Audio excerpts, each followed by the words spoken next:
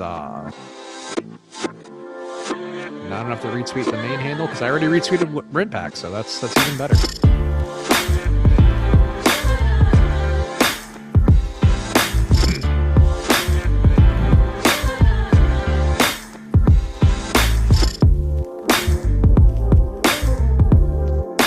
What is up, guys? You got a couple hours left to lock, but that means it is time for a deeper dive on today's NBA slate. I'm Chris Spags, joined by a man you haven't seen with me many Saturdays, but a man you might know from the Slate Starter podcast who's going to be bringing you all the best information. And he also just so happens to be one of the top players in the world. He's Ryan, aka RynPak. How you doing, Ryan?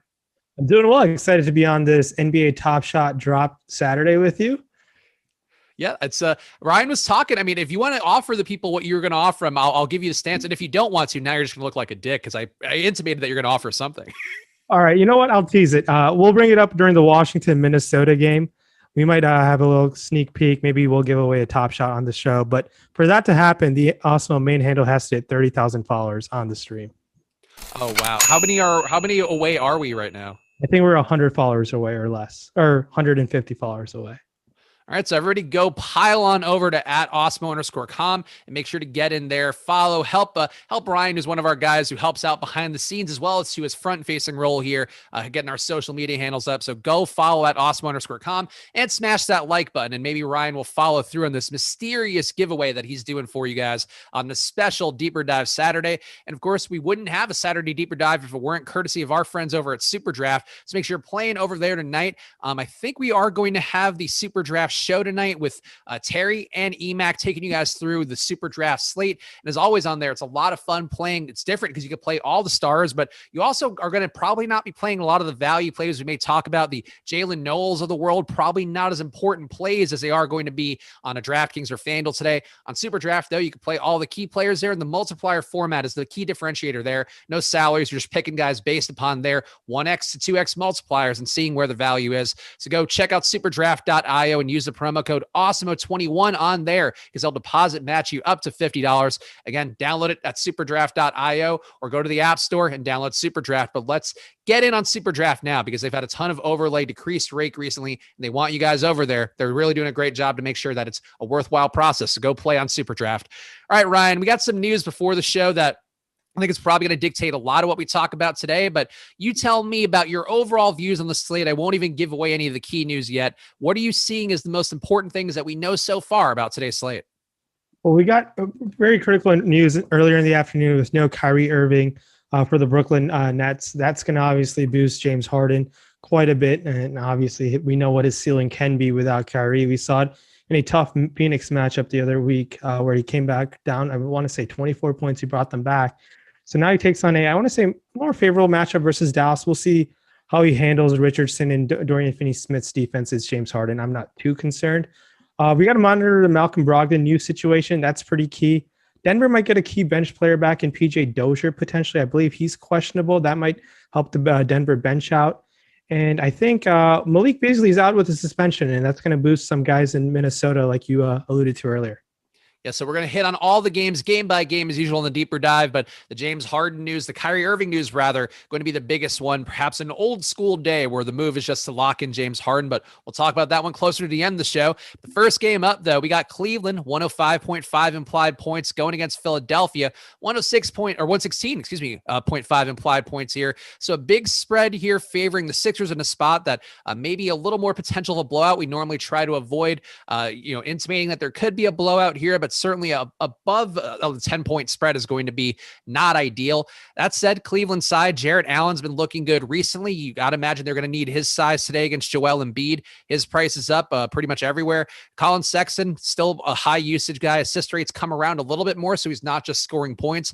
Darius Garland, I think, probably the most in the mix on a pure value perspective. And Dean Wade recently getting some value as a starter, picking up not a crazy amount of minutes, but today Alex has him in for 24. So some spots we could talk about there. But Ryan, is there anything on Cleveland's side that really jumps out to you in a meaningful way? So this is the first time in, I want to say, Jarrett Allen's career we're seeing him play mid 30 minutes, high 30 minutes. Obviously, he was limited there in his time in Brooklyn, pretty much his whole career. They were never letting him unleash himself.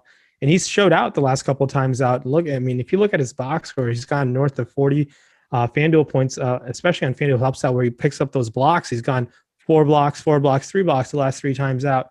Now he takes on Philly versus Embiid. He's never done all that great versus Embiid in his career. But the thing about him, while I would be willing to take some chances at 8,300, I know his ownership's coming in pretty low on FanDuel. It's just because of his upside. If he's going to stay out of foul trouble and pick up those blocks, there's a potential for him to put up north of 50 fantasy points. But big reason is he's taking on Embiid. I would rather take my chances with paying up those extra $2,000 for Joel Embiid. He's played Allen pretty well in the past. Obviously, there was a first-round series where Embiid dominated him. Obviously, Allen has grown since then on the Cleveland side of things. But other guys to keep in mind, I think Colin Sexton was obviously hurt that he didn't make the All-Star team. A lot of people thought he was an All-Star. I didn't. He hasn't shown out since he was left off the reserve team, but maybe he's playing with a chip on his shoulder. Maybe he wants to prove himself. $6,900 on FanDuel. I think we could consider him for sure. Over there on DK, I think I like always being ahead of the field with Darius Garland quite a bit all the time. I feel like there's like a potential within him just to get hot from outside, and he's someone who I think will be pretty good down the line. I like taking some chances with Garland, 6,600.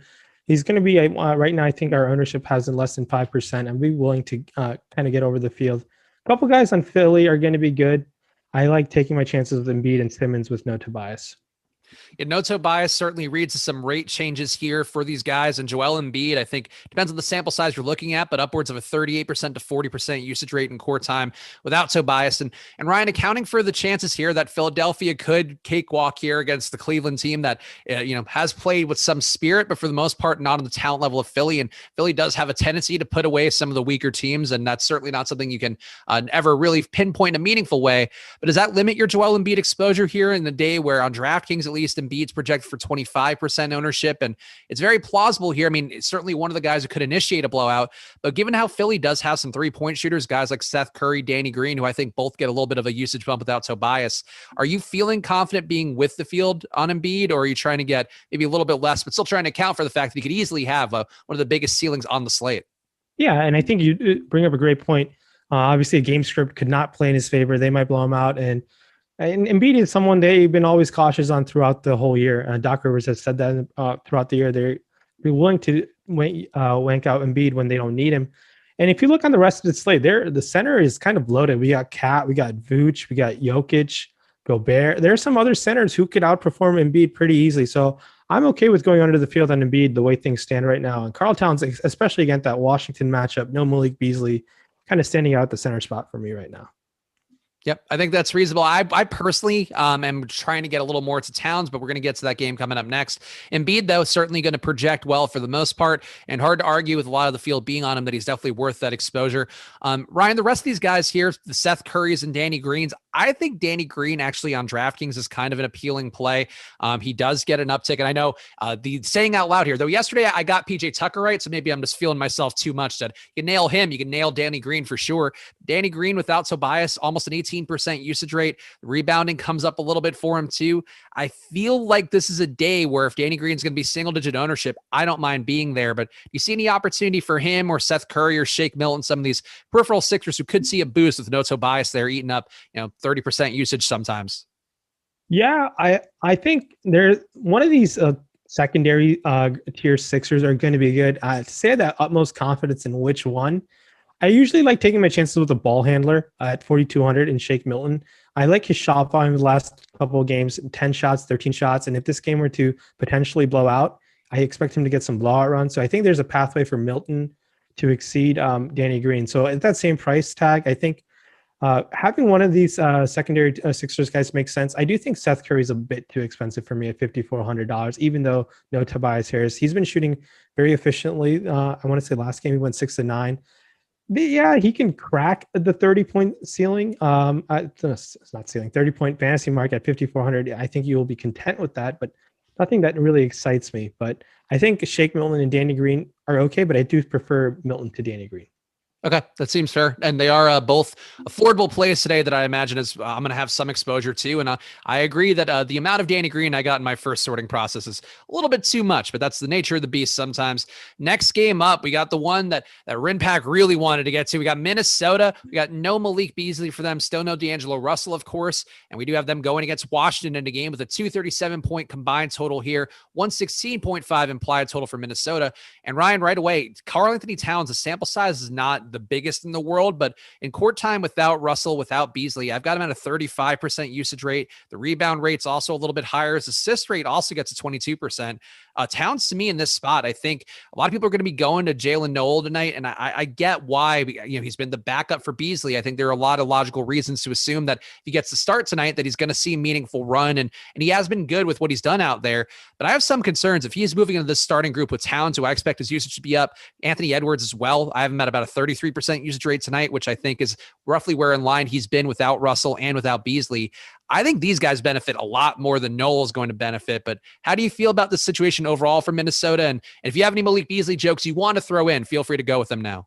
Yeah, I mean, do you think Malik Beasley is taking a deeper dive into Larsa Pippen right now in a 12-game suspension?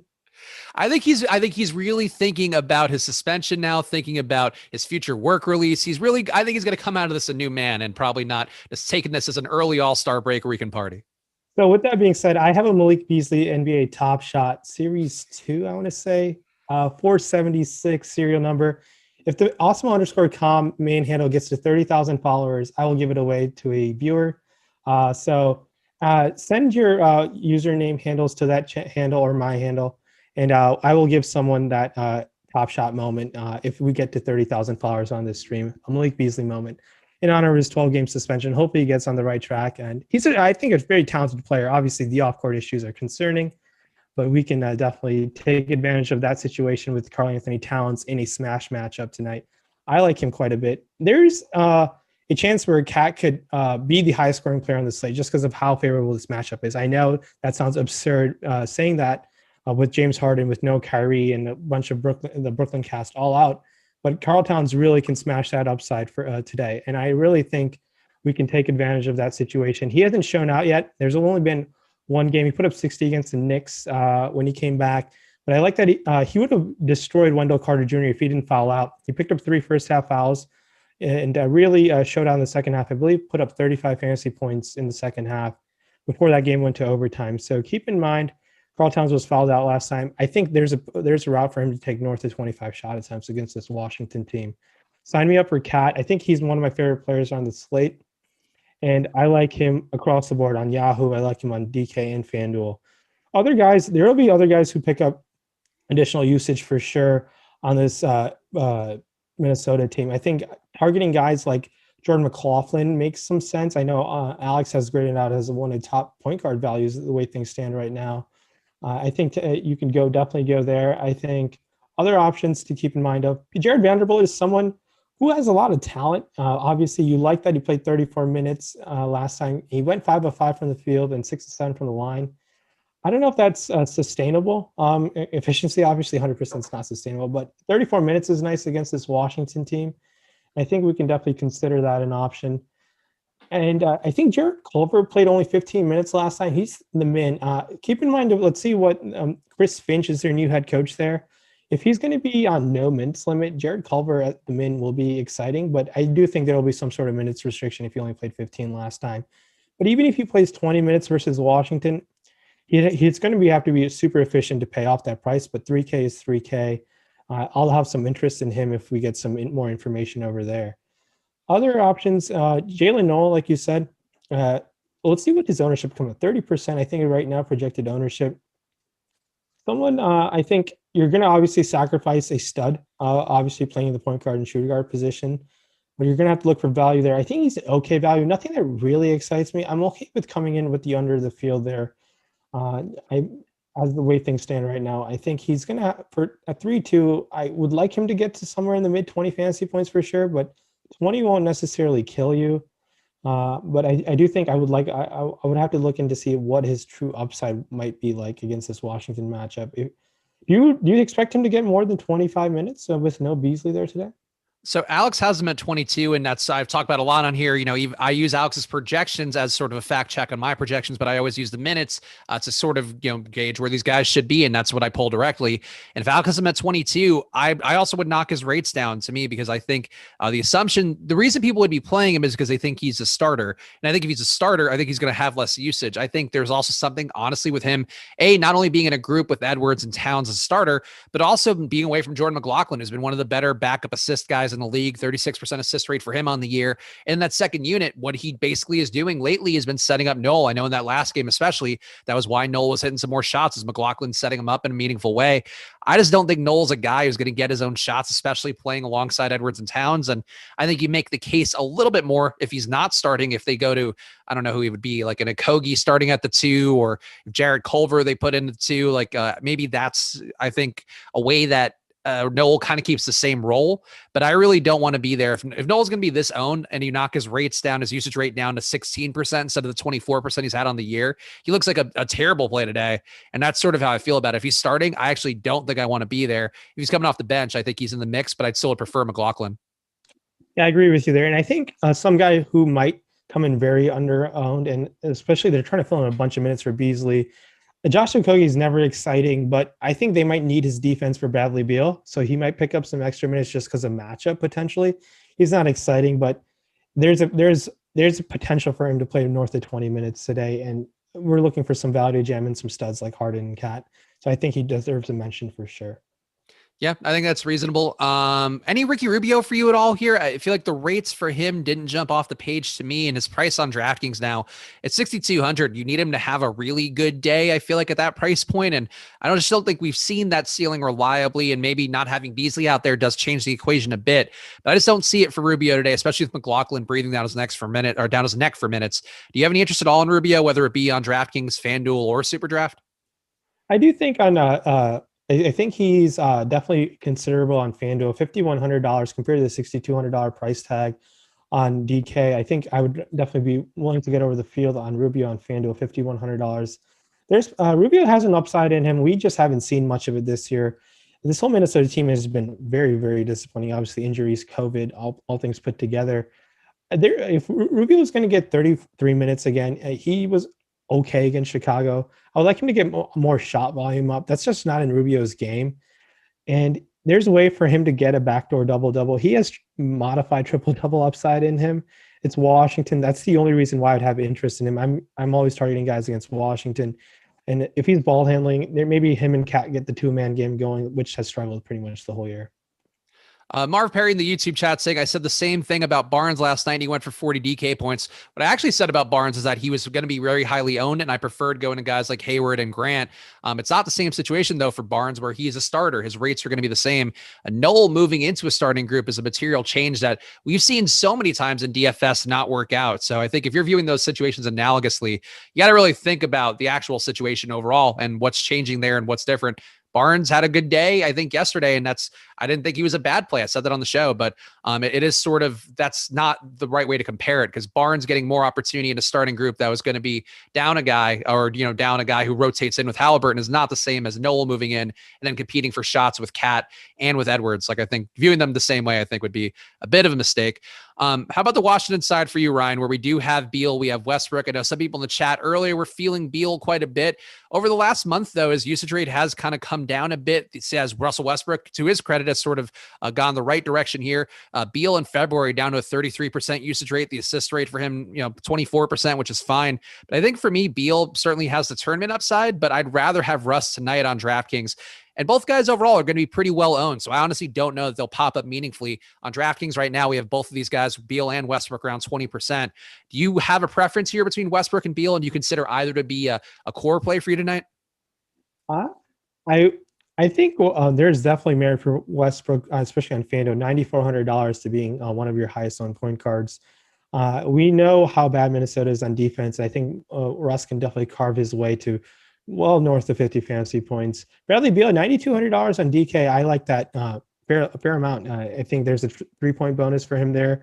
And we know Beal has a pretty massive ceiling within himself as well. And I don't have issues of having them both in the lineup together.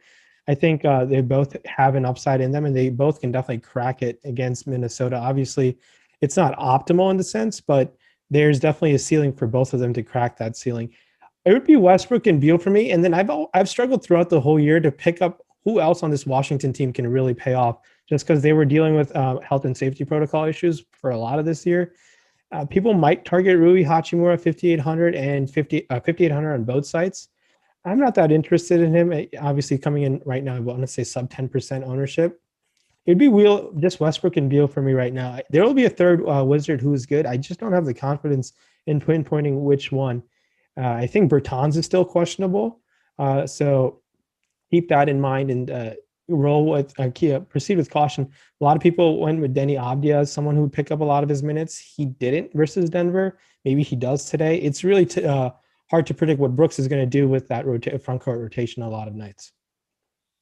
Yeah, I agree that Avdia was one play. I know that Greg was really bullish on him. I was getting him anyway, independent of Bertans, just because of the price point. But I think we didn't see much of a boost there. I think Troy Brown also got back at the mix meaningfully last game, which isn't something I would think you could bank on either. But he has minimum salary, so maybe that's the way it could go if Bertans is out. But yeah, I think overall, Washington, definitely a high total here. I guess one question would be, Ryan, if you did play multiple Timberwolves, would you be more inclined to bring it back with a Westbrook or Beal just to try to get the game stack correlation there?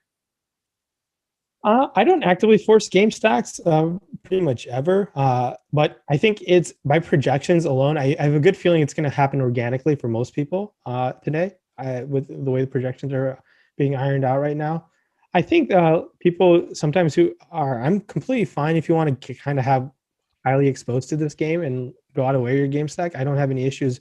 Both defenses are pretty bad. And obviously I want to say the total's at 237 the last time I checked. So it's a pretty favorable total. And I think you could, if you find the value to jam in Westbrook and Cat and other options on Minnesota, it makes sense. I'm fine with that. I'm not against it for sure.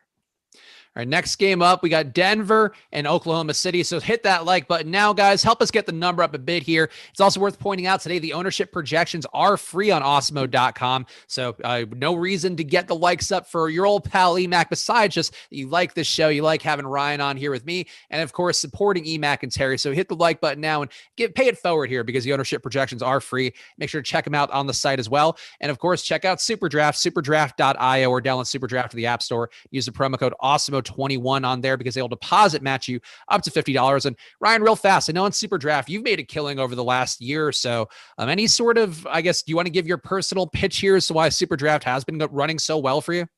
Yeah, I mean, obviously it's nice that they have a staggered start. They start. I'll mention some SuperDraft multipliers that stand out for the remaining games because that's when their slate starts. I really do think for people who are the casual players, you should definitely play on SuperDraft. And as crazy as it sounds, there's a higher chance of you being more consistently profitable there just because of where their contest sizes are and the feel of the competition. And also, it's a lot easier to beat overlay. It's like when there's overlay, it's like you just have to compete against less people, and there's potential for you to make more money. That's why I like playing SuperDraft. A lot of times their contests don't fill, and they're showing to improve on their product. They're trying to grow their product. So I like giving new smaller sites a new chance. And for example, for me, my real foundational base to grow my DFS journey or not came on Yahoo. I started playing there more consistently, and I was getting wiped out on FanDuel and DraftKings like over the years. And then I was like, okay, let me try to focus on Yahoo. And then you can consistently make $50 to $100. Like over a week, you'll be like, okay, I'm doing much better. And you will be able to learn your process over time. And then you'll be able to apply to other sites. And I kind of grown a routine by playing on all four sites kind of continuously just because I started playing on these smaller sites. Yeah, so definitely that's from somebody who's actually playing the way that we talk about playing here, taking advantage of the smaller sites people are paying a little bit less attention to, and that's what SuperDraft is doing. So play on superdraft.io, and if Ryan says it's good, it must be good. Next game up, we got Denver getting 113.8 implied points. Oklahoma City getting 106.8 on their side.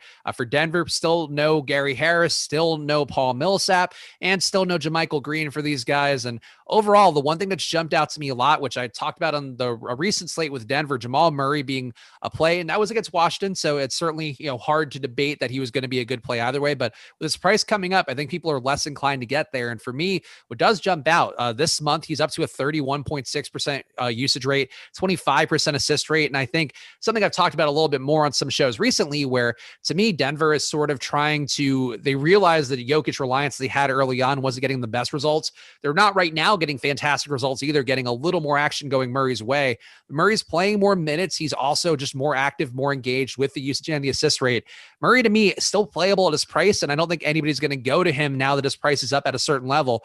I would actually favor him to Jokic today, I think, is given the center slate we have. But Ryan, tell me, am I crazy here with Murray's recent run, or are you buying more on a Jokic or even a Michael Porter Jr., who's also had some decent days recently? Yeah, so this is you're always going to have interest in Jokic and Murray just because of what their ceiling can be, right? I think there's obviously Jokic can put up north of 70 fantasy points versus this OKC team, and Murray can put up north of 60. We know he has that in his bag. He's playing a lot better. Most of the year he was playing hurt, and then there's been this stretch. I want to say the last dozen games. Obviously, there was a game where he scored 50 points without going to the line, which was ridiculous. I was blown away to see that stat line. Especially Malone is rolling him out there as high 30 minutes and 8,700. I'm okay with it. I think it's especially on FanDuel. I'm not very excited about it. There is a pathway for him to really fail, and maybe Denver blows out OKC and he doesn't really get there. But at this ownership is coming in so low. I'm gonna try to be a little bit about. It's not gonna take a lot to get over the field with Jamal Murray at all today, especially his price tag is sitting at the highest that we've seen all year long. That's why I'd only have some interest just because it's an ownership play. I'm not the biggest fan of his salary. The matchup is fine. I think we can definitely be okay with it. And I think we definitely need to talk about Nikola Jokic on SuperDraft. He's a 1.2 multiplier there. And I think that's definitely, I don't know if I would have to keep looking at what other multipliers come out, but 1.2x from Nikola Jokic, that's amazing. I think you definitely want to be considering him as your center spot over there. Jokic and Murray, but I think going to your Porter point, I think he probably is my favorite price point per dollar play. And Malone, if Denver were to blow out OKC, he's been getting some blowout run potentially. So I like a Porter 6,200 on FanDuel and 6,500 on DKs make for a fine option. I like Porter. I think he has an upside in him as well.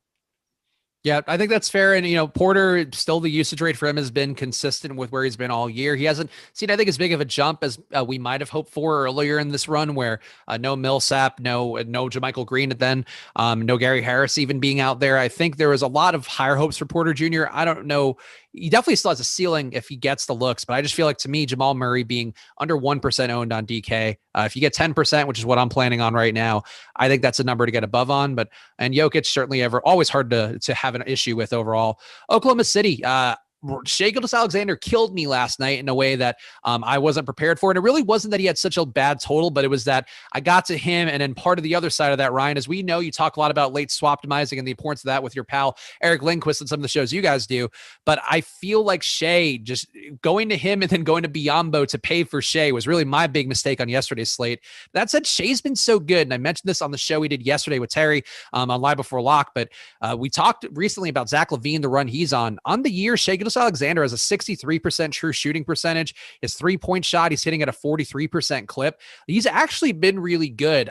That said, I don't love the price point for him. I think you're really just getting there only in tournament. Certainly not a cash game play tonight.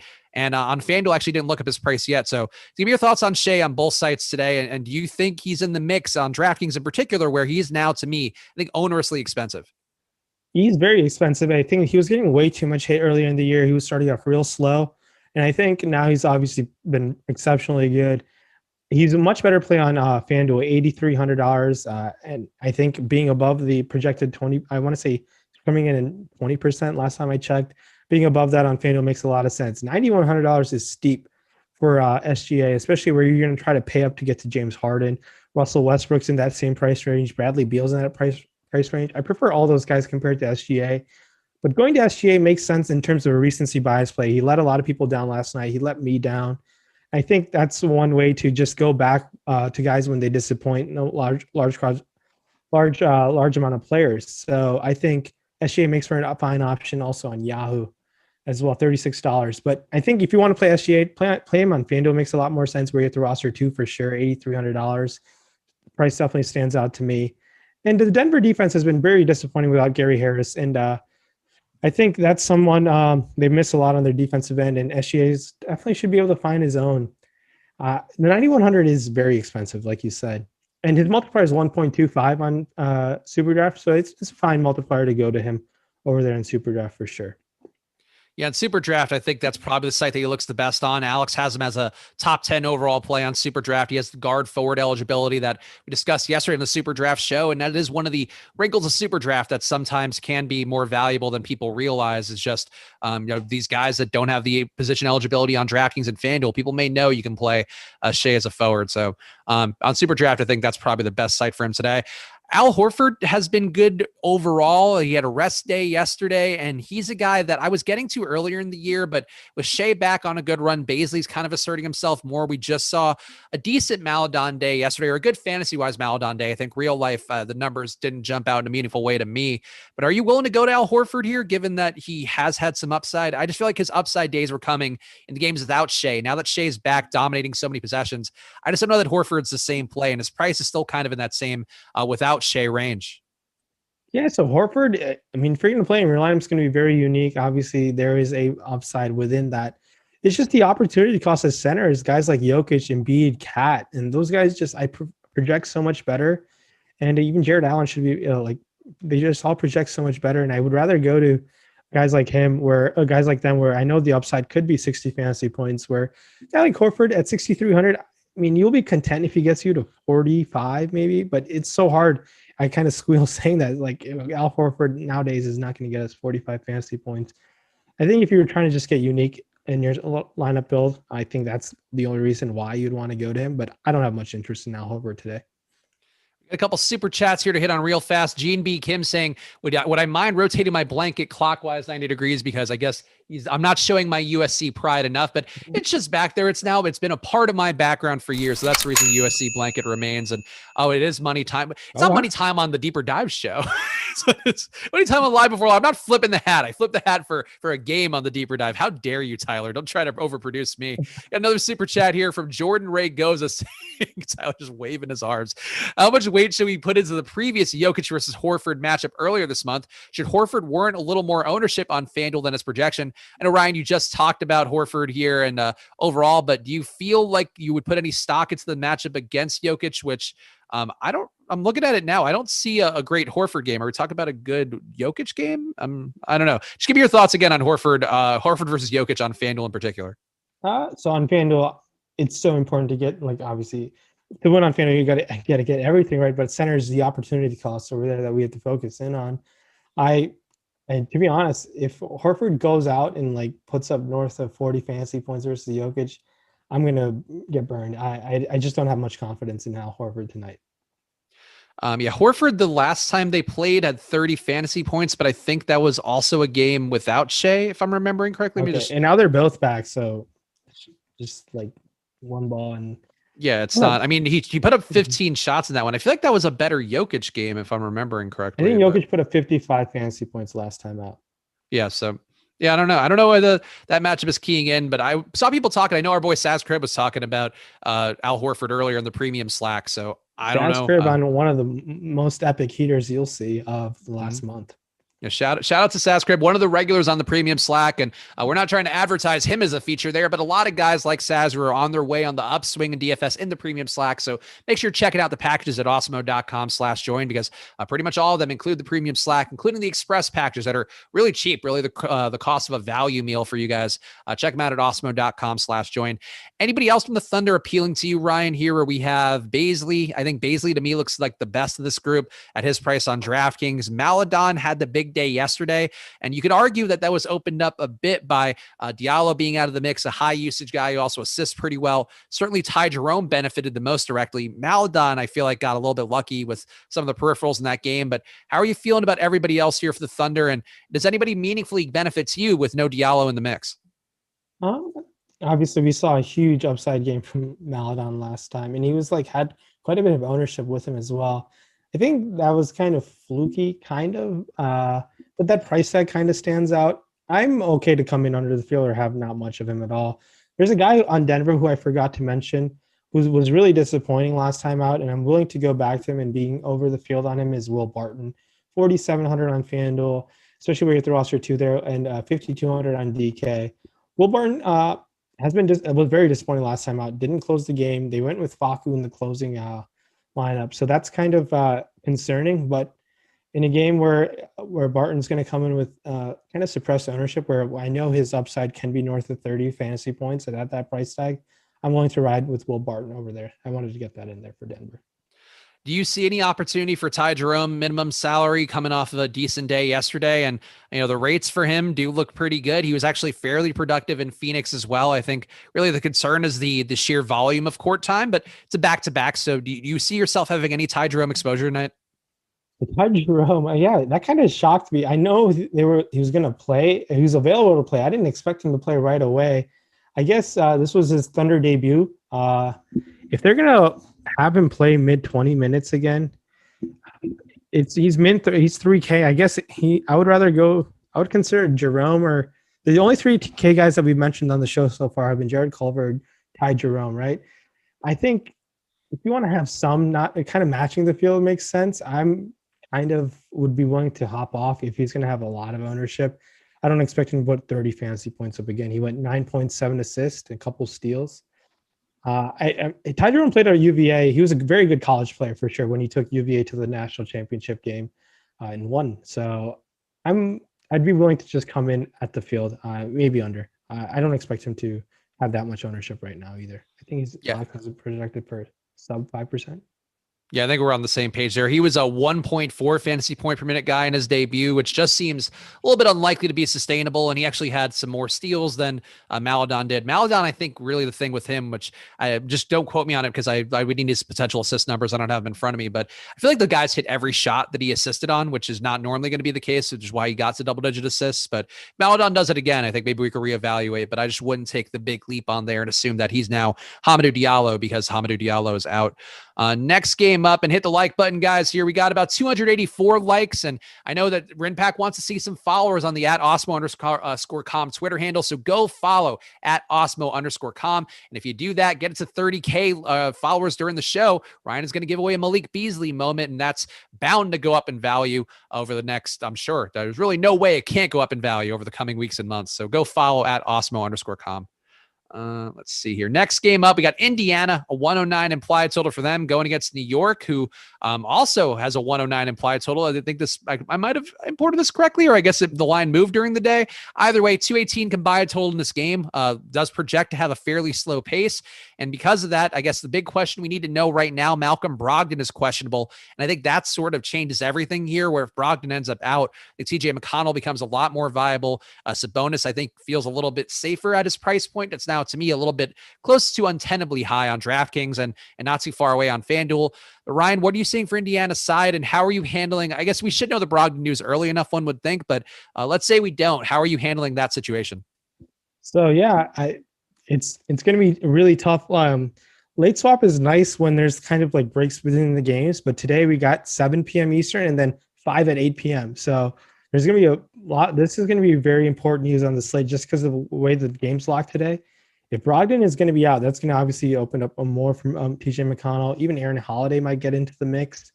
So going to open up some value that isn't being mentioned right now. And I think some real value. I know the Knicks matchup is not something that is exciting just because of what Tibbs has done there in a short time. But I think right now I'm going to have to wait on the news. I think there's a good chance we'll get the news before this game goes. But if Brogdon plays, I'll have some interest because I think $7,700 and $8,200 on DraftKings. It's a nice price tag. We know what Brogdon is, a very consistent player in my opinion, kind of underrated, solid player all across the board. Even on SuperDraft, 1.4x multiplier is very nice for Brogdon. If he were to play and if their coach rules him as has no minutes limit or some concern. But if he doesn't play, I'd be willing to load up on some guys like Aaron Holiday. I think he's $3,500 and $3,100 on DK. I expect him to get some more run, obviously with no Brogdon. Would you favor Aaron Holiday over McConnell? Because to me, the McConnell numbers on the year are just kind of outlandish. He's had a 36% assist rate. He's definitely had a ceiling. I think the ceiling that he's had in a lot of games coming off the bench is why his price is so high. He's definitely not a value play like we'd like to see, but would you favor Aaron Holiday over McConnell just because Holiday is so cheap and McConnell is sort of reasonably priced, even if he does have a tournament ceiling? What a time, man. I remember McConnell was like, whenever Simmons was out in Philly, he would always be 3K and we would ride him. But this guy's been really good. Just kind of has like modified triple-double upside whenever he's on the court. He just does a lot of things when he's on there. And at that price tag, he has paid off that price tag kind of consistently over the past few weeks. I'll have some interest, especially right now where his ownership with Brogdon in isn't that high. I expect that to go up if Brogdon were to be ruled out. I'd be willing to get with the field, but I'm wary of this Knicks matchup. It's not like an up-tempo matchup. It's a slow grit and grind type of matchup where McConnell could find a way to get there, but I don't think the ceiling is necessarily there like it has been the past few games for him. Yeah, no, it's fair. New York does play very slow. It's one thing we talk about a lot on here. 98.3 pace for them, 106.4 defensive efficiency rating, which in previous years wouldn't have been that great, but actually is one of the better marks on this slate and overall in the league on the year. The New York side, Julius Randle, I feel like is actually at a reasonable price on DraftKings that I don't hate in this spot where, just having some size going against Indiana is always a thing that's in play. Nerlens Noel for me also popping up meaningfully here. And we do still have no Elfrid Payton, or at least he's doubtful. So the expectation is he'll be out, which could mean another Derrick Rose start. Derrick Rose, the value's kind of been priced out of him. I think that he'll still be decently owned. Quickly, I think you can make a better argument for, though his minutes certainly less secure playing off the bench. So Ryan, what are you getting here on New York? And I guess what do you consider a priority overall if we're going to assume that Elfrid Payton doesn't make it in the game? Yeah, so if Elfrid Payton doesn't make it in the game, Derrick Rose and Manning quickly definitely stand out. I was shocked that Austin Rivers didn't crack the rotation even last time out. Rose was great, but IQ was even better. Obviously, his price tag has gone up. He was a lot more efficient when he's on the court. I think I'll have modified interest in them. Not something that I'm super excited about. Their prices have adjusted pretty well on both sites. Going to Randall, 8,900 on FanDuel and 9,400 on DK make a lot of sense. $40 on Yahoo definitely stands out to me. I prefer saving to Randall and off of Sabonis. It all depends on that Brogdon situation. Sabonis, there's there might be reason to go to Sabonis if Brogdon's ruled out. I think he might get some extra shot volume because of that. And Randall, 1.25 multiplier on SuperDraft stands out quite a bit. I think my favorite Nick play, put all things put together, is probably Julius Randle, the way things stand right now. I think Nerlens Noel needs to mention as well, $5,300 on FanDuel. He's one of those guys who can get there just because of those FanDuel specific stock stats. I think there's a way for Randall to be an okay value play at $5,300 on FanDuel. Yep. I think Randall to me is a guy who's had some success in the past against Indiana, and Rose being in the lineup isn't, that's enough of a high usage guy where it's not a much better situation than Elfrid Payton being in. But Randall, just the minutes and the matchup, I feel like make him a little bit stronger than the 5% he's going to be owned on DK. Let's go to the next game here. We got New Orleans getting 118 implied points against San Antonio. San Antonio, we don't know the status of LaMarcus Aldridge, but still have a good amount of guys here out because of COVID protocols, most notably Keldon Johnson, Rudy Gay, still out for those guys in San Antonio.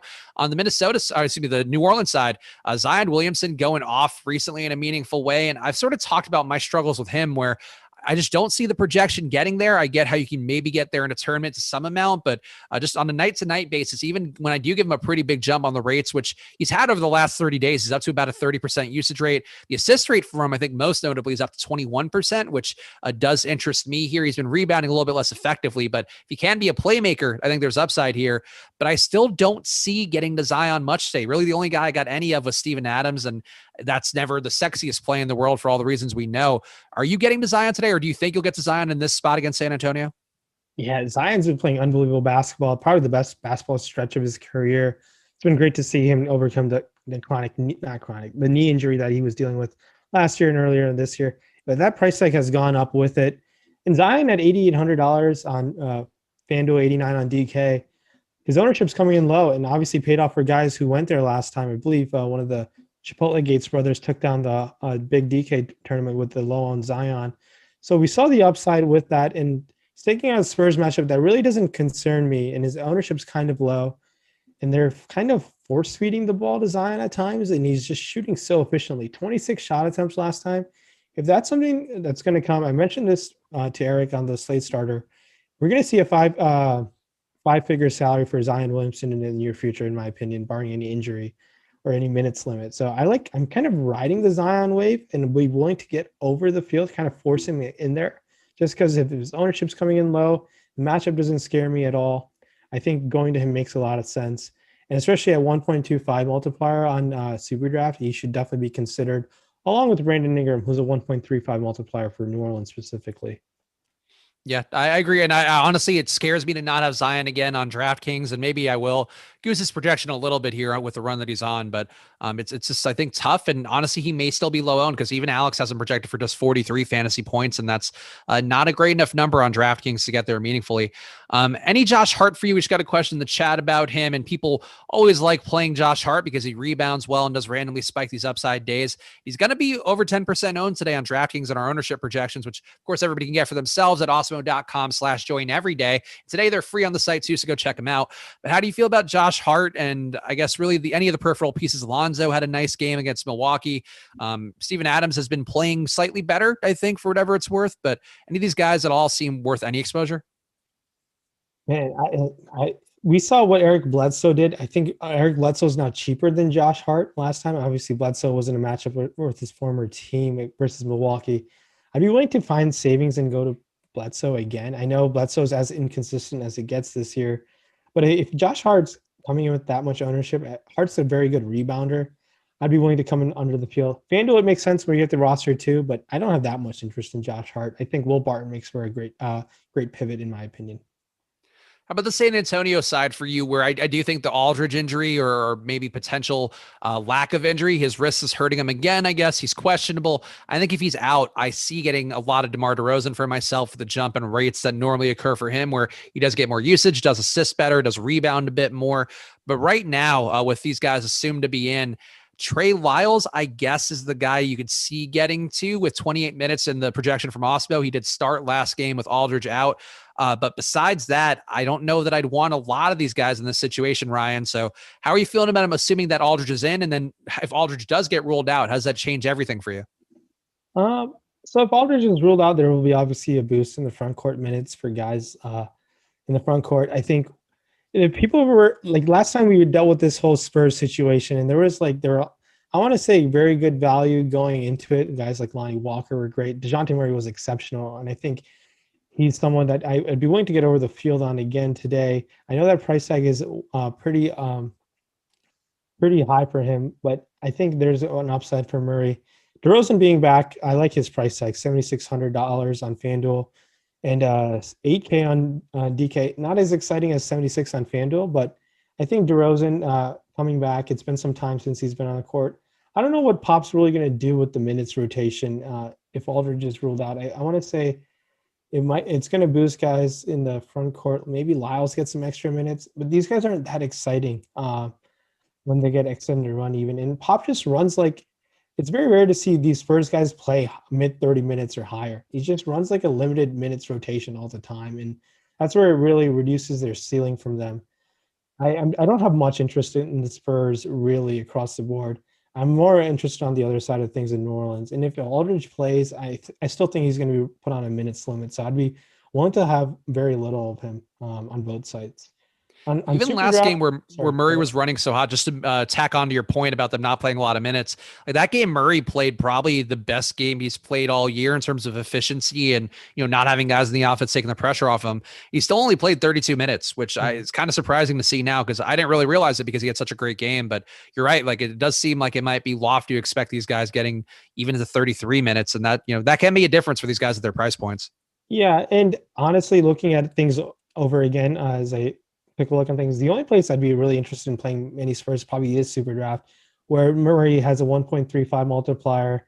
I think there's where you want to target some DeJounte Murray if you want to play some of the Spurs. And DeRozan deserves to mention at 1.25, but there's a lot of good players who have a higher multiplier than him that project higher than him already. So Spurs team not that interested, honestly, the way things stand. Much more interest on the New Orleans side of things. And JJ Redick being doubtful might sprinkle some additional minutes onto some other guys. It's tough to pinpoint what Stan Van Gundy is going to do with that rotation now with no Redick off the bench.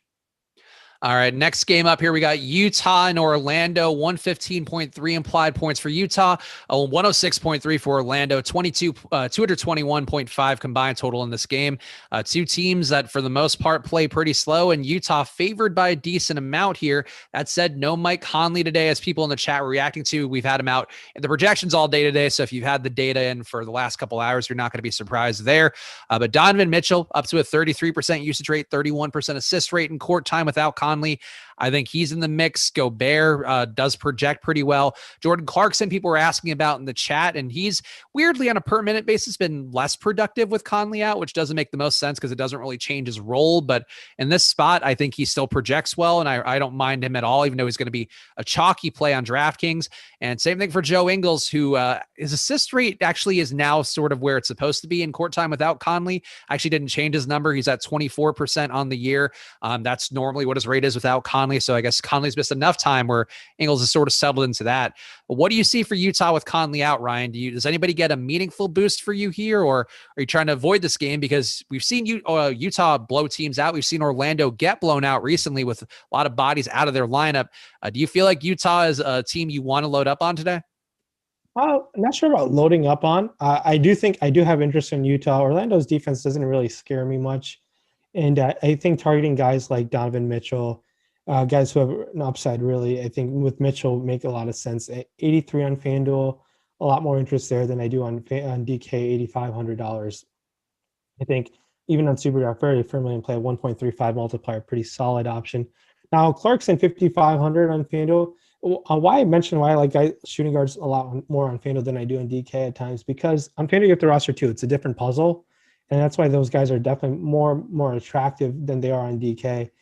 I think being with the field on this Utah team makes a lot of sense. Quinn Snyder is not hesitant to run these guys out in blowout run either. We saw against the Lakers, these guys played deep into the fourth quarter, even they were up more than 20 points on them. So I consider Utah a different team when I'm trying to project a game script a lot of times, and I don't really it doesn't bother me much if Utah's going to project to blowout teams, because I feel like these guys get a lot of extended run based off of that.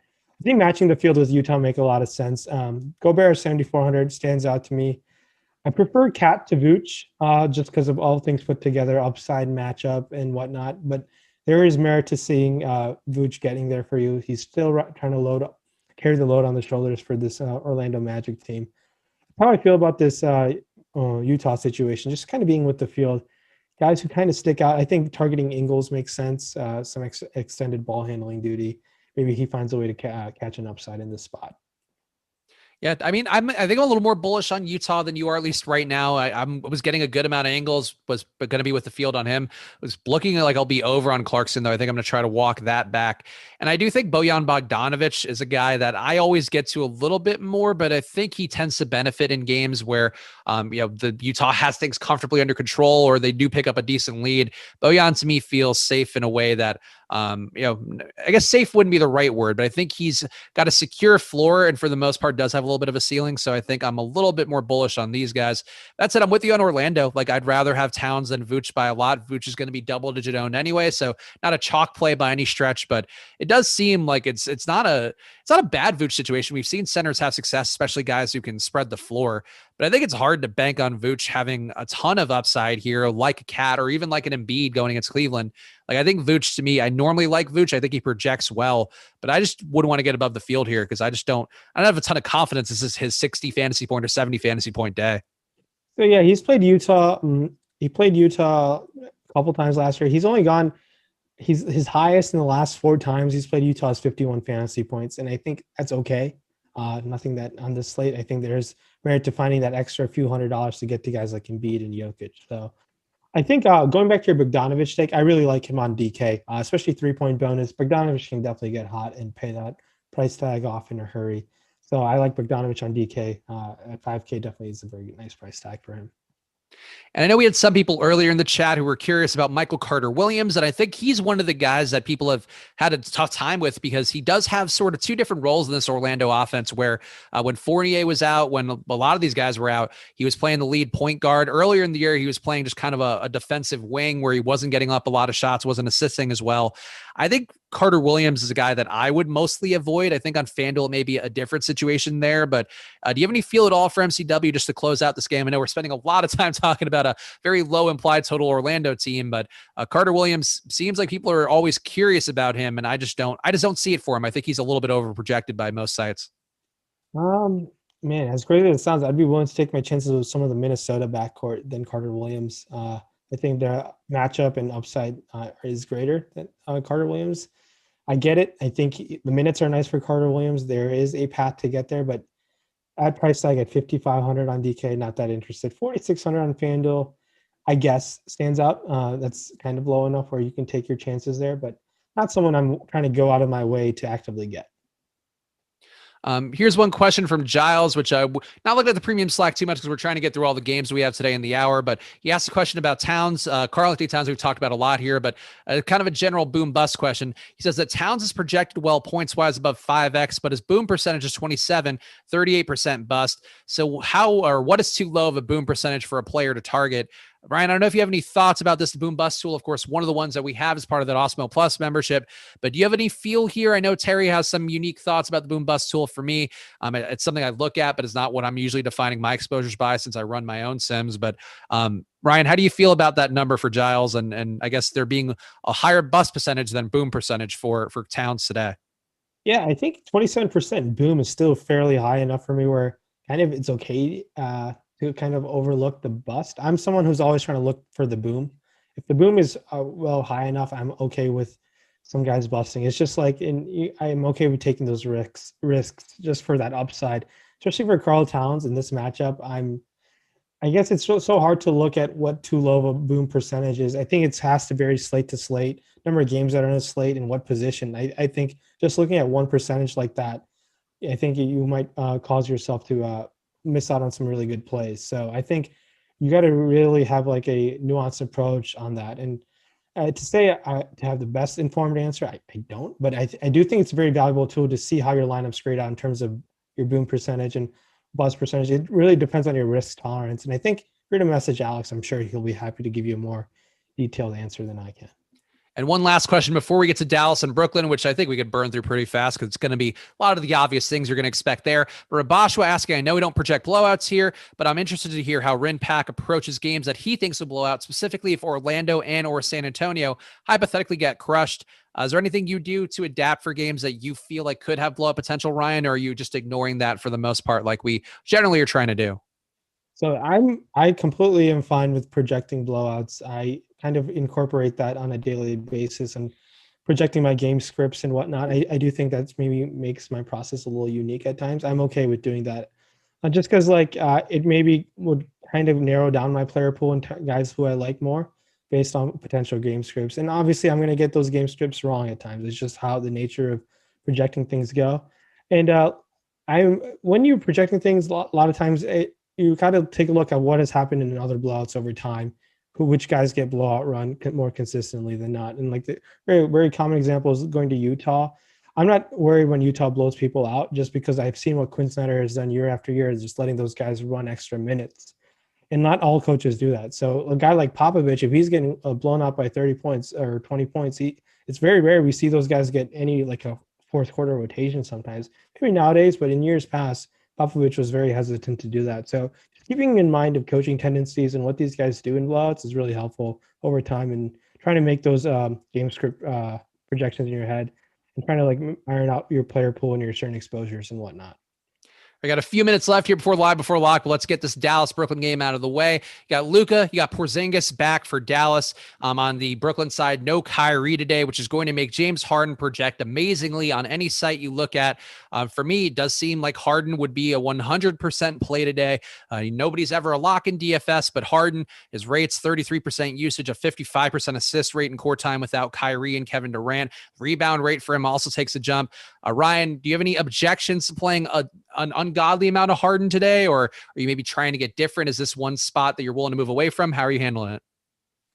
James Harden's in a fantastic matchup, primetime matchup versus Dallas. Let's ride with James Harden. He played Dallas a couple times in the bubble last year, or one time in the bubble, put up 88 fantasy points. Played earlier in the year before the COVID shutdown, put up 72 FanDuel points. and the upside is through the roof. And the only thing I was like going into when I heard the news, maybe I was getting concerned. Maybe they throw Josh Richardson defense, which he hasn't seen much outside of his time in Miami and Philly. Maybe they throw a lot of him. Maybe that kind of worries me. But it's James Harden. It's an all-world player, Hall of Fame player. He should find his way to get any bucket he wants, and triple double, and everything's on the upside. We might see like a historic game from him. I know Alex has projected him north of 60 on FanDuel, even north of 70 on DK. It's a high projection, rightfully deserved. It's tough to go away from James Harden, and I honestly don't see many reasons to see why to get away from him.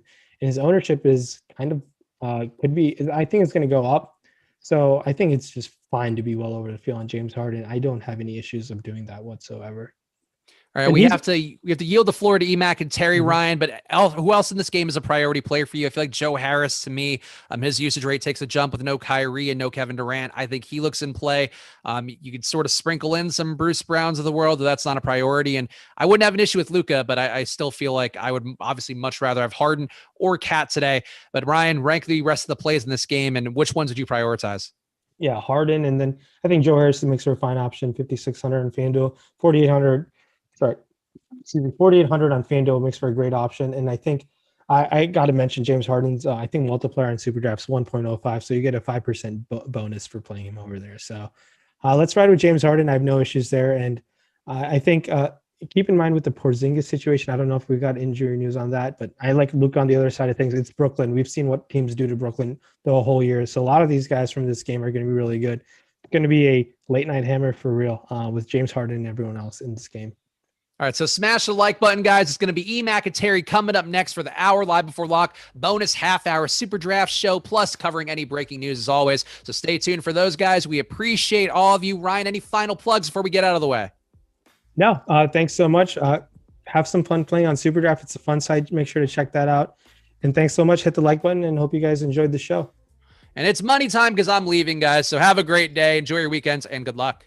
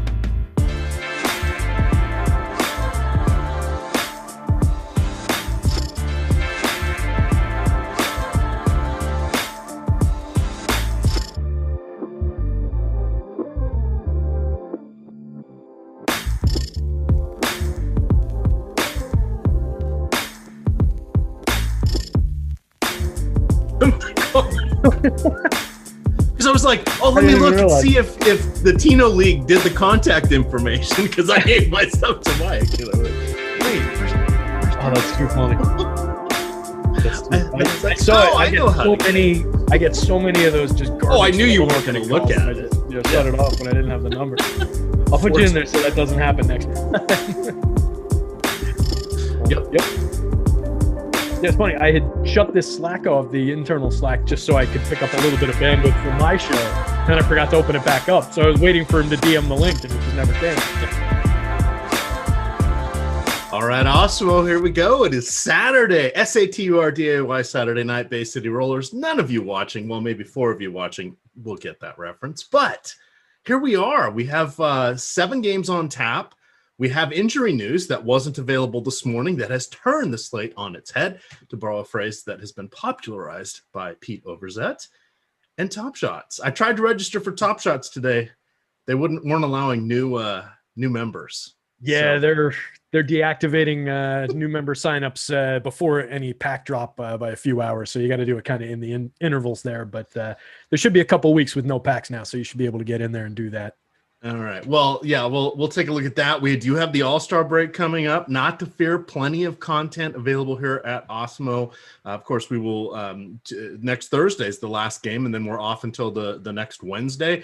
I'm sure we will have a little something for those of you doing the All-Star game, and I'm assuming there isn't a futures game. I don't know anymore. Why they're even doing this, I don't know. This would be the perfect year for a virtual event. Yeah, I mean, it's ridiculous saying let's get all the best players in the league together from every team and put them in the same place and then send them back to their own team. We're going to take another 2 weeks off after for COVID infections and protocols, but should be a fun day at least. I don't think there's a Rising Stars game. I think they scrapped that because they're doing everything else the same day. The dunk contest. The dunk contest 3-pointer. Yep. Yeah. Yep.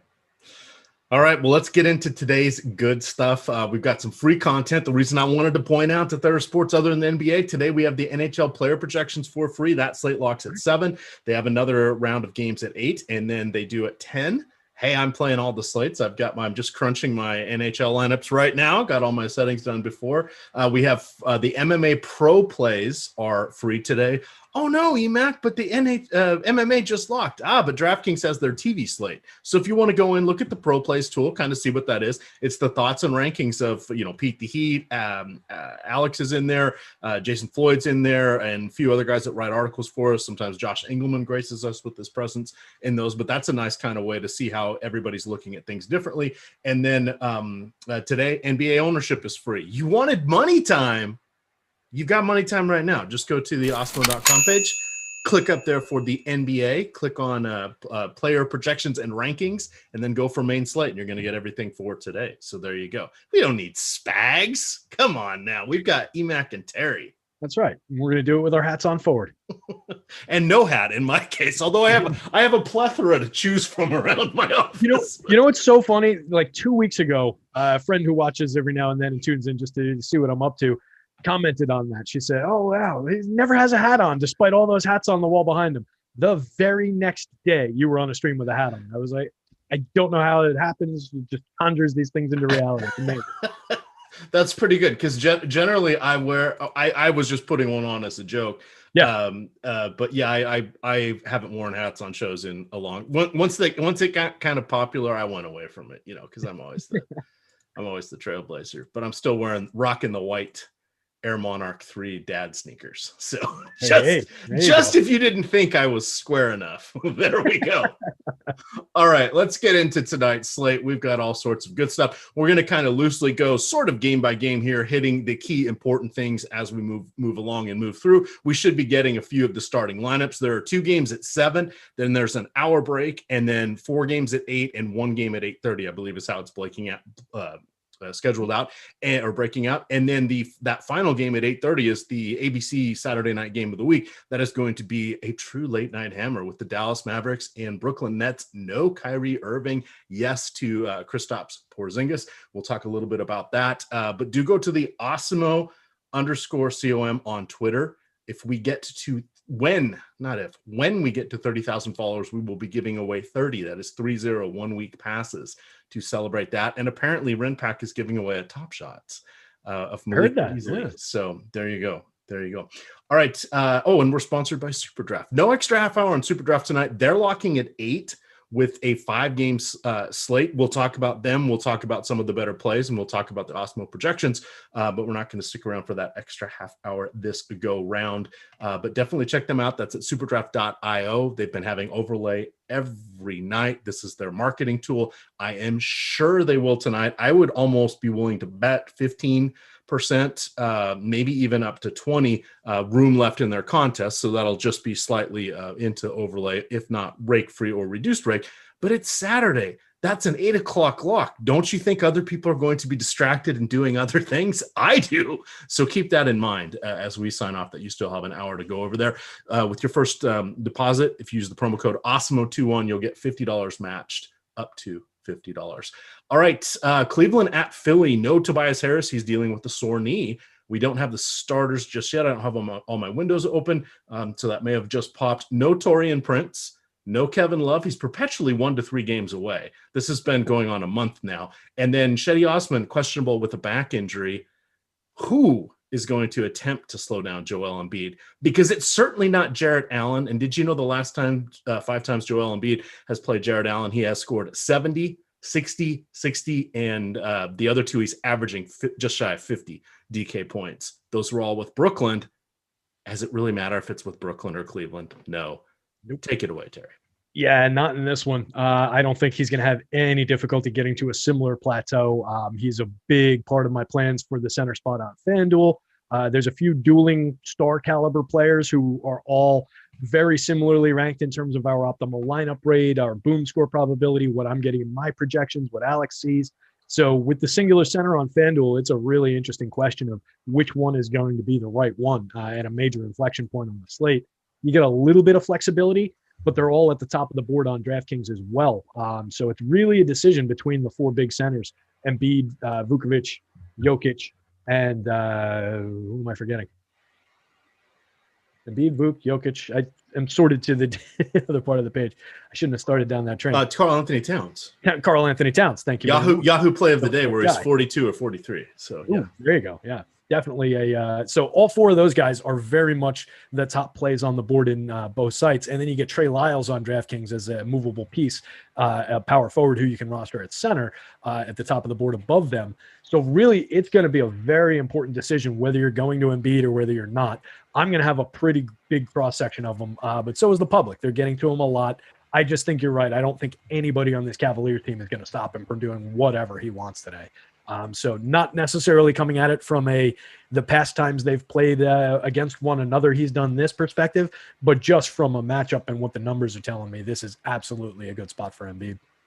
All right, super chat here from Justin Bruce. He says, I'm a mailman and love listening to try and gain an advantage on DK. Move over Karl Malone. I like that reference. And speaking of references, Stephen Harris on the Twitter here, Bama Who Dat, sent me a picture of the Bay City Rollers. Correct. That is the SATURDAY Night song. If you guys heard the song, you would recognize it. You might have seen it in a movie at some point. And this song, yeah, I was going to say we also would have accepted "So I Married an Axe Murderer," I think, is the reference point for some people. Gotcha. Yeah, I was going to say I vaguely remember the song on the radio when I was a kid. So that must have been around when it came out. That would be in the 70s. So but there we go. I am your old pal EMac. Anything else from this game that you would like to mention? Let me go back to it. I think we can pick up some value from Philly, I think, I think it comes down to the starters, right? Yeah, it really does. I mean, it's pretty stark when you look at it on the board. I've got you get the 5 starters with just doing it by conditional formatting, right? All the 5 starters have green to yellow, and then everybody else is in red and basically under 1% optimal in my file here. And that carries across both sites with the exception of Furkan Korkmaz, who gets a little bit of utility on DK. He pops up with a 4% optimal lineup rate over on DK. Because he's only 3,200, you get him at small forward or shooting guard. So you can use him a little bit over there, but primarily it's around the starters. So you get, obviously, Ben Simmons takes a little bit of a leap. I think he's somewhat in play on FanDuel as a $9,000 point guard. It's a little bit of a price tag to pay for him. Same thing on DK, where he's 8,700, but you do gain the flexibility of being able to use him at the small forward, which I like. He slotted into some of the constructions I was toying with on DK.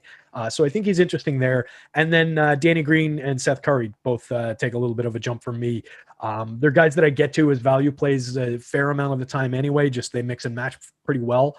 And I think without Harris in there, one of them will probably get overvalue and deliver a nice ceiling game, and the other won't. It's a matter of which one we're getting to. I'll probably have a little bit more Danny Green just based on a lack of public popularity and lower salary. All right. Apparently, there's quite a few people that do know this song. A few people claiming they are older than me. Hey, at least I have some of my my peers and counterparts watching. Someone says they remember this every Saturday night at the roller skating rink. Yes, that probably you could probably still hear it at the roller skating rink on Saturday. Find the roller skating rink. Yes. I see someone asking, get those likes up so we get to the top 5. Let's get those likes up. But here's the link. You can get all the ownership today. It's free.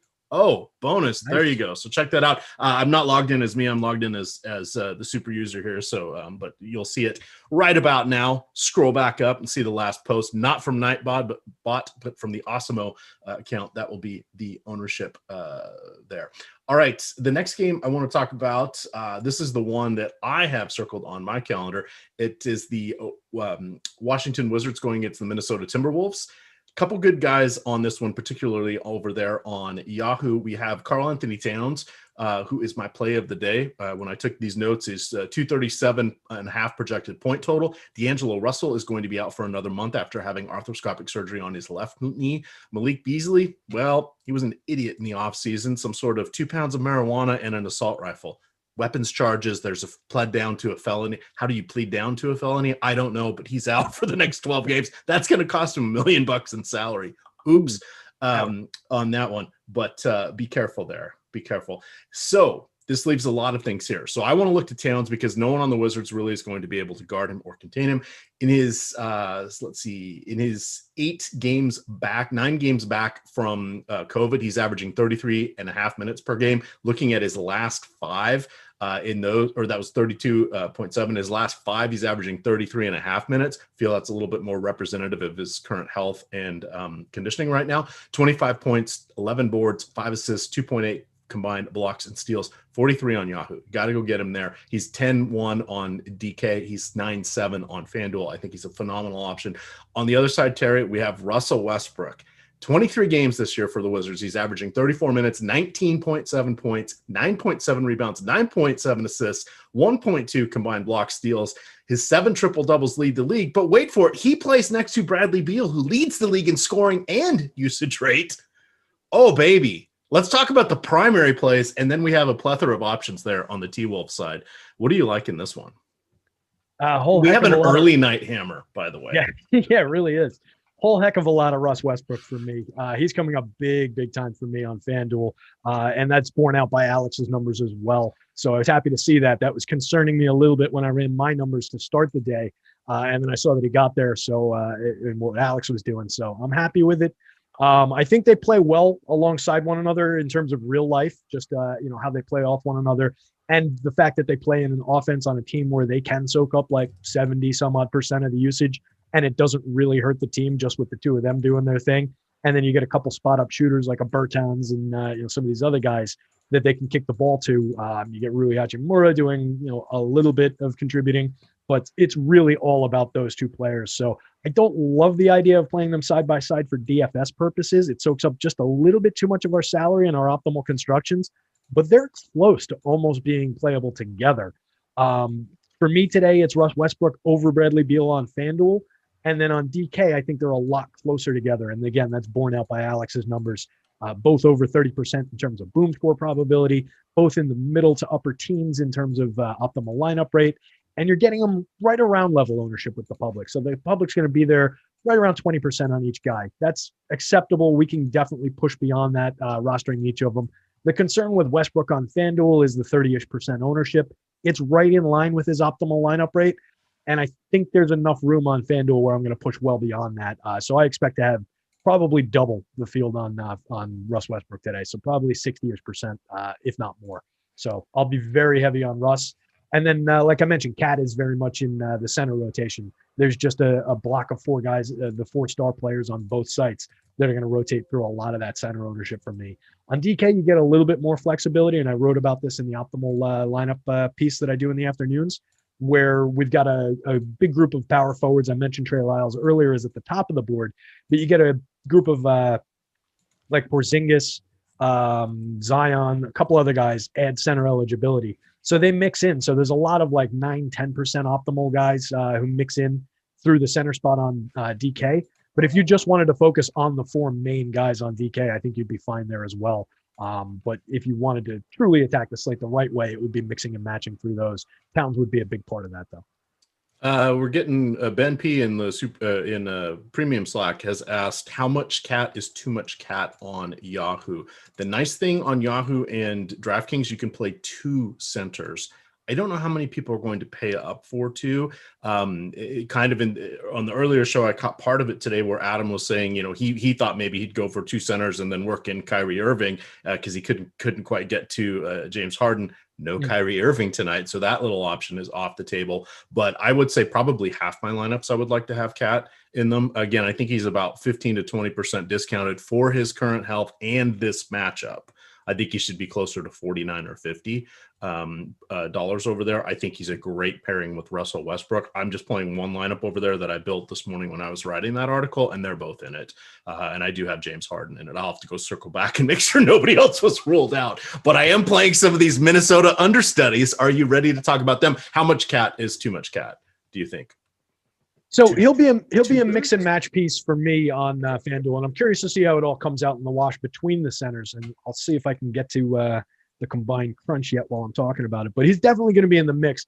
I would probably have a little bit more of them where I can do some flexing around and roster multiple centers on DraftKings. That's something I don't mind doing at all. In fact, I like to get to it. And when there are multiple guys that are pay-up options at center, so much the better. If we can build a creative lineup that hews pretty close to the optimal by rostering a couple expensive centers, that's interesting to me. So it looks like in the combined crunch across 998 of lineups created with my projections, half my projections, half Alex's, I've got Embiid at the top at 23% ownership, then Towns at 22, Jokic at 21, and Vooch at 18. So that went right down the line of what I was expecting to see. Out of those guys, when I broke it down earlier for the column, based on everything from optimal lineup rate to ownership and everything, I actually wanted to squeeze Vooch toward the top of that just because he was very close in the other marks and he was trailing in ownership, which was pushing his leverage score up. So when it all comes out in the wash, I might have him at the top, but it's going to be a very close group of centers right around that 20% mark for those guys, and then everybody else filling out the balance of center ownership. All right. Shout out to my friend / enemy, my frenemy, if you will, Seth, giving me a little heads up, a little late scratch there in the old NHL. If you guys were in the Awesemo Premium NHL channel, you would get all of this news, confirmed starting goalies, adjusted lines that come out literally minutes before the puck drops during line rushes. We have a whole host of gamers in there checking that out, watching Center Ice and other sources for this information. That's not out behind or in front of the paywall. That's back behind the paywall. But you do get Slack with any of our premium memberships. That does include our weekly express packages. You'll want to check that out. We also just put our our CBB college basketball. I should have written it out. It would have been easier for me to say. Our college basketball projections are now behind the paywall. You can get those this week for half off. Promo code COLLEGE. And that's $4.98. By the way, I don't know of any other good sources out there for college basketball projections. And ours were free for at least the last 75 days because I have played every day on DraftKings using those projections. And I'm up as I march towards my crowns and working on all of the fun stuff, Terry, that I like to do. But those are done by Matt Gajewski. He goes in and tinkers with those. They're usually up by like 7 in the morning. The one thing you do have to do, we don't really update the college stuff throughout the day because it's so much news. It's very hard to track. And the vast majority of this news literally is coming out sometime between 5 and 10 minutes before tip-offs because there's not beat writers everywhere. So the best source I've had is to pull up before every game is going to lock, pull up my DraftKings lineup page, see who turned red, and then go put somebody else in. That doesn't mean they're out. I just try to keep the questionable players out. And especially with COVID, we're getting games canceled left and right. But guys, March Madness right around the corner here. You're going to want to get in on that. And we did have a lot of success with these projections last year during March Madness. So that is why they are out of beta and they are into premium. Terry, let's talk about the understudies here. And in chat, I know there's a bunch of other starting lineups and news that have come in. We'll circle back on those as soon as we finish up with this one here. The Minnesota side, a little bit interesting here, Terry. A lot of options. So, and when I say a lot of options, you have Anthony Edwards, 22 on Yahoo. I like that. A little more elevated in the 6,000s on both DraftKings and FanDuel. More tournament play there. You've got Naz Reid and Jared Vanderbilt that are going to be getting to go against this Wizards front court. That is not that daunting. We have Ricky Rubio, who is appropriately priced, and I don't know how much of an additional boost he gets without he's already been replacing D'Angelo Russell, but without Malik Beasley, maybe he gets a few more shots, but we already know he's a pass first point guard for the most of the time, but great matchup for him. So now we're looking at like Jordan McLaughlin, Jaden McDaniels as sort of the somewhat known commodities that are getting 20 to 25 minutes in the rotation. And then wait for it, University of Washington, second-year player, second-round draft pick, 43rd overall from my alma mater. We have Jalen Noel, who has stepped into about 16 minutes in the rotation over the last 3 weeks. He should see about 20 to 24 minutes. Don't know about him. I didn't either. I didn't even know he went to my alma mater until I started looking at him. Last year in 26 G League games, though, he had 33 minutes per game, 21 points, 5 rebounds, 3.5 assists, shot 49% from the field, 44% from the three-point range. And then he started both his seasons at the University of Washington, and he was known for his long-range shooting, scoring, and his marksmanship. So I think he's a reasonable play. He is like a less proven Frank Mason III, who we were all excited about. He was last year's G League MVP because Jalen's not quite there, but he's an intriguing guy. He's 37 on DK. I think it was 31 or 32 on FanDuel, 10 on Yahoo. Not all $10 players are created equal over there on Yahoo. What do you like from the understudies? Yeah, so I think Noel very much in play on DraftKings for 3,200. You get him at the point guard, you get him at the shooting guard. You can move him around the board, so he becomes a relevant piece over there. He's getting ownership, though, 35-ish% owned. And you mentioned he's been getting some time in the rotation, 16-ish minutes, but we are speculating a little bit on the minutes upside that's created now with Beasley being out. So I do expect that he's going to see something around what Alex has him for, which is 22.5 minutes. The guy that I was getting to more, and I think probably has a little bit more reliability in terms of that, is McLaughlin. I think we're pretty safe that he's going to be getting his 21 minutes that he's been averaging recently anyway. And we have potential for a little bit more. So he might push like 24 minutes. He was looking good for me at 21 minutes, 3,800 at the point guard spot on FanDuel as compared to 3,700 for Noel. So I would probably rather go to McLaughlin there in that decision point. And you're getting, that's kind of borne out by Alex's numbers, 10% optimal for McLaughlin and only 6.5 for Noel, rounding off a little bit there. And Noel is more popular just because he's getting a little bit of buzz for being so low priced on the other side. So a little bit of industry crosstalk there, I think, is probably pushing him up on FanDuel where maybe it's not as good a play. DraftKings very much on him, thinking that he's going to be very relevant over there. And then you mentioned Vanderbilt, I think is definitely going to be a very relevant piece on both sites, getting a reasonable optimal lineup rate on both. You mentioned it's a very good front court matchup. What I like best is the salary, 4,400 on FanDuel, not getting an extreme amount of ownership, under 20% owned. It is outpacing his optimal lineup rate, but I think he's going to be secure enough that we can slot him in. I would probably not exceed the Fields ownership on him, though. It's not one of those good chalk kind of plays where I want to get excessive with it. But if I end up around the field, maybe a little bit below, I'm happy with it. On DK, I think it's a similar story, 4,100, but you pick up center eligibility. So he's one of those guys that mixes and matches through those additional center spots where we had power forwards leaking into the center role that I talked about before. So I think he's a little bit more of a moving piece on DraftKings and a little bit more relevant. All right, Josh Kogi starting. You'll note I didn't mention Jarrett Culver either. Yeah, maybe somebody posterizes somebody on a dunk or vice versa. Maybe somebody gets a steal or two. I'm not really interested in those guys. Not enough usage, in my opinion. Anything else you like about those? And the obvious question, how many Minnesota players is too many? I would go 3 plus Cat. I would go 3 period probably for me for FanDuel. On DK, I wouldn't, I guess, mind stretching it to 4 just because of the positional flexibility that some of these guys offer. I think you can get away with 4 over there. I'm usually around 3 for that answer for most slates, though. All right. And we'll see what, just real quick before we move on, Kogi could potentially be thrust into relevance depending on if he gets additional minutes. We had him at 24.5. If he gets, like 28-ish in this next update at 3,500 in the small forward spot, there's a chance that thrusts him into relevance on FanDuel. Less so, I think, on DK, where it's 35 at the shooting guard. All right, some people asking, and then we'll hit on the news that just came out. I'm dropping the link in chat. This is awesemo.com/join. what I was trying to say is including our express packages, so like NBA, NFL, usually those are around $3.95 a week. That gets you into Slack if you want. Slack is on all of our pay subscriptions. The college one, that's just for the college projections and any other premium college content that we have, which is mostly the projections at this point. But there is a lot of people that follow this stuff very closely in Slack chat. Plus, you can bend the ear of Ben Raza and Matt and some others. There's a whole healthy group of people that bet on the Saturday games and the weeknight games as well. But that's what gets you behind the paywall for that. We also have a few other good ones going on right now. There's this is the current NBA content is for weekly. It is for all access, all everything weekly is $29.95. No promo code for that. That's just the standard rate.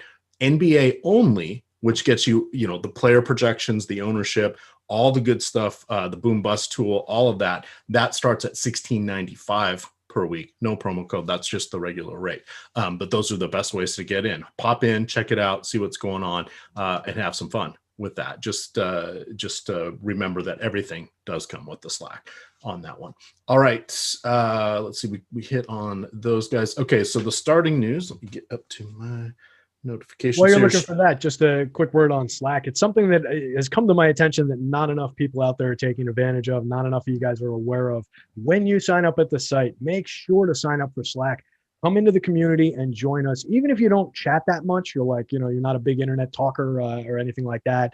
There is, a little bit of friendly ribbing back and forth with some of the guys who know one another pretty well. But it's an easy community to jump into. But even if you're just hanging out for the updates and to read some of the experts' opinions and some of the sharp people in there's opinions, it's very much the right place to go to learn some of these initial steps. How do I navigate the site? How do I use the tools? What's the boom bust all about? How do I use Fantasy Cruncher? A lot of these questions get answered on a daily basis in that Slack chat. So if you sign up at the site, come say hello. Feel free to DM me, TMcB74. I'm always happy to talk shop, answer questions, anything like that. So definitely hit up Slack. It's an underrated part of the site. All right. So here is the news. Cedi Osman is out. Dean Wade starting. Nothing overly exciting there. I did mention that Kogi is starting. Officially, it's going to be Rubio, Kogi, Edwards, Vanderbilt, and Towns. Elfrid Payton has been ruled out. LaMarcus Aldridge will play tonight. Dwayne Bacon is going to be starting in that Orlando game for James Ennis on his who's been dealing with a calf injury. I'm still waiting on that New York lineup. So first one, they want to know, what do we do with Elfrid Payton out? Well, you throw your hands in the air and you say, what is Tom Thibodeau going to do? What is he going to reach into his magic bag of numbers and pull out the minutes allotment that's going to go to Derrick Rose as well as Emmanuel Quickly? So Rose was kind of an interesting player in my opinion. I wrote him up as the risky value. Here was my snapshot of at the time when I wrote this. So on Yahoo he's 19, on FanDuel he's 5,700, on DK he is 5,300. And I said utilizing the boom bust tool, and here's how the boom bust tool works. So utilizing this, he projects to be in the optimal lineup on DK 10% of the time. Okay, 1 in 10. All right, well, that seems nice. What does that really mean? Well, his boom score is 5x his salary plus 10. That's 63 DK points. He's going to reach that 14% of the time. Interesting. So you're saying that he's really not going to exceed that? No, he's really not, because he's not going to play enough minutes, in my opinion. Then you have, what is his bust score? 5x his salary. So 26.5 DK points. He's going to fall at 26.5 DK points or less 43% of the time. That doesn't seem very good. That seems like it's a lot. Do we want him in cash? Sure, why not? Do you want him in tournaments? I don't know. I'd rather roll the dice on some of these other players. Why is that? Well, they still have Alec Burks. They got Emmanuel Quickly. They got Frankie Ntilikina. And then lurking in the background somewhere, ready to pop out when nobody expects it, is Austin Rivers. I don't know what they're going to do. So I'm going to turn it over to our resident lifelong Knicks fan. Talk to me about the Knickerbockers. Not a lot of people out there bragging about being lifelong Knicks fans these days, but hey, here I am, everybody. For me, it's very much about Julius Randle at the top, like we always start off when we're talking about this team. But I think the most relevant discussion is where you started around that point guard spot. The guy who I think should stand out maybe a little bit as a tournament play would be Quickly. Just for the lack of ownership in the public, right? He's 1.7 owned on DK and 1%. No, sorry, sub 1% on FanDuel. The optimal lineup rate is not extreme by any means. You're getting them optimal, approaching 10% of the time on DraftKings, which I like. By comparison, Rose is at 10.2, Quickly's at 9.5. You save 500 by going to Quickly, and you get an extreme difference in the leverage score because nobody's on him. On FanDuel, he's only coming up in the optimal like 4% of the time, 3.2. But again, nobody on him. So I think tournament-wise, he's the better of those two plays. But really, I don't know that I want to mess with this spot very much at all, just because of how big a question it is. Rose is going to get starting minutes, but he is just not a guy who's going to go over 28 minutes, period. No matter what's going on in the game, it is very unlikely that Tibbs is going to run Derrick Rose out there for 34 minutes. It's just not what they do. He's too injury prone. He's too precious. So that's going to lead to Quickly. And the Knicks play tomorrow, by the way, in Detroit, for what it's worth. There you go. And Rose will probably want to be a part of that game, I'm sure, having been summarily dismissed from Detroit. We've seen Burks get some of these backup point minutes. We see Quickly, obviously very involved. For a time when Elf Payton is healthy, they were playing Rose and Quickly side by side, which, depending on how the game is going, if they need a little bit of a spark, they might end up doing that for a little bit of a stretch, which could lead to Quickly getting a few more minutes, and then they'll just default to Burks handling the ball in the backup role. It's just a question mark of how it falls together. All three of these guys can play together. It just depends on where it goes. So it's just too much of a question mark for me to really want to dig into with some other good guard plays on both sites. I think they're both more relevant. Both Rose and Quickly are more relevant for the DraftKings slate, of course. Indeed. While we're sticking with this game, the only other person really standing out for me even a little bit is Julius Randle. That would be on DraftKings. He's just having a phenomenal year. He is playing career highs basically across the board because he's also playing 36, 37 minutes per game, which is a career high as well. I like the matchup for him going against Indiana. They played last night. I did like Domantas Sabonis last night. I don't like anybody against the Knicks, particularly on a slate like this where we have Brooklyn and the Wizards and Cleveland and Minnesota and I'm missing somebody, Dallas, all of whom are giving up 120, 125 points per game. That is not the Knicks. The Knicks actually are sort of playing defense, and watch out, they're winning some games. This isn't going to work in the playoffs, but they're catching some teams off guard during the regular season. So it's just not a spot I want to go to. Do you like anybody on either side of this one? And I can't remember. I don't think we have the Brogdon news yet. I don't think Brogdon is going to play. Neither do I. Just wait until Tibbs and these Knicks get into the playoffs. They're going to grind it down even more. We're talking about old 90s style Knicks, 72 to 76 kind of games. That's Harry Johnson, he's not even supposed to be here. So, yeah. That Anthony Mason? John Starks? Mace would be such a good player in today's game. That's his size and the ability to handle the ball, run the point forward. He was ahead of his time. Love Mace. Yeah, I think that's very on point of you to say. Going up against this Knicks team, just last in the league in pace, among the leaders in defense. It's just not a spot we like to attack. There are better spots on the board. The one guy who was relevant for me on FanDuel was Justin Holiday, only 4,500 at the small forward spot, where we need to find some value. There's just it's kind of a thin position. So he was coming up for me a little bit today. Sabonis, I'll take what I get of Sabonis on FanDuel. Both of those guys mixed out of it, though, in terms of everybody on that team is well under 10 in terms of optimal lineup rate on Alex's board for DraftKings. So it's really only about Holiday as a focus play for me on FanDuel. And then I'll take what I get of Sabonis. If Brogdon goes, I'll take a little bit of him. Dougie McBuckets could pop up in some of my lineups, but I think the public ownership being above what we've got for him in an optimal lineup rate is probably going to knock him out of anything that actually gets entered. All right. We do have Furkan Korkmaz is starting. So he is the lucky winner of the Philadelphia 76ers lottery. We know that Seth Curry has been dealing a little bit with, soreness and ankle and various other things. We know that Shake Milton, kind of the same thing. So this, from my opinion, kind of puts Danny Green and Furkan Korkmaz in the lead amongst those guys. They feather in nicely, I guess, with the Minnesota players, in my opinion. Malcolm Brogdon will test out his knee pregame before deciding if he is able to play. He banged knees twice last night. He is on the training table right now. That is a tweet provided courtesy of NewsGuide and his massive abilities to go get that information and provide it in one little spot here for us. Very, very helpful. We had one other question. Oh, someone was asking about a lineup here. So let me see if I can get back to that one. Does that change anything for the early games for you? And then let's talk about Dallas and the return of Kristaps Porzingis. Yeah, it's probably going to have an impact. I'm just dropping some updates in, but it's probably going to have an impact to me in terms of where that Philly value is coming. I mentioned I liked Seth Curry. I agree with you. It's probably going to pull a little bit away from him. But I was already getting to some Danny Green, and he was my preference out of the two. So I'm hoping that it's not too dramatic a change. But we'll find out as I go through this. But yeah, that would be it. And then I think Korkmaz was supremely inexpensive.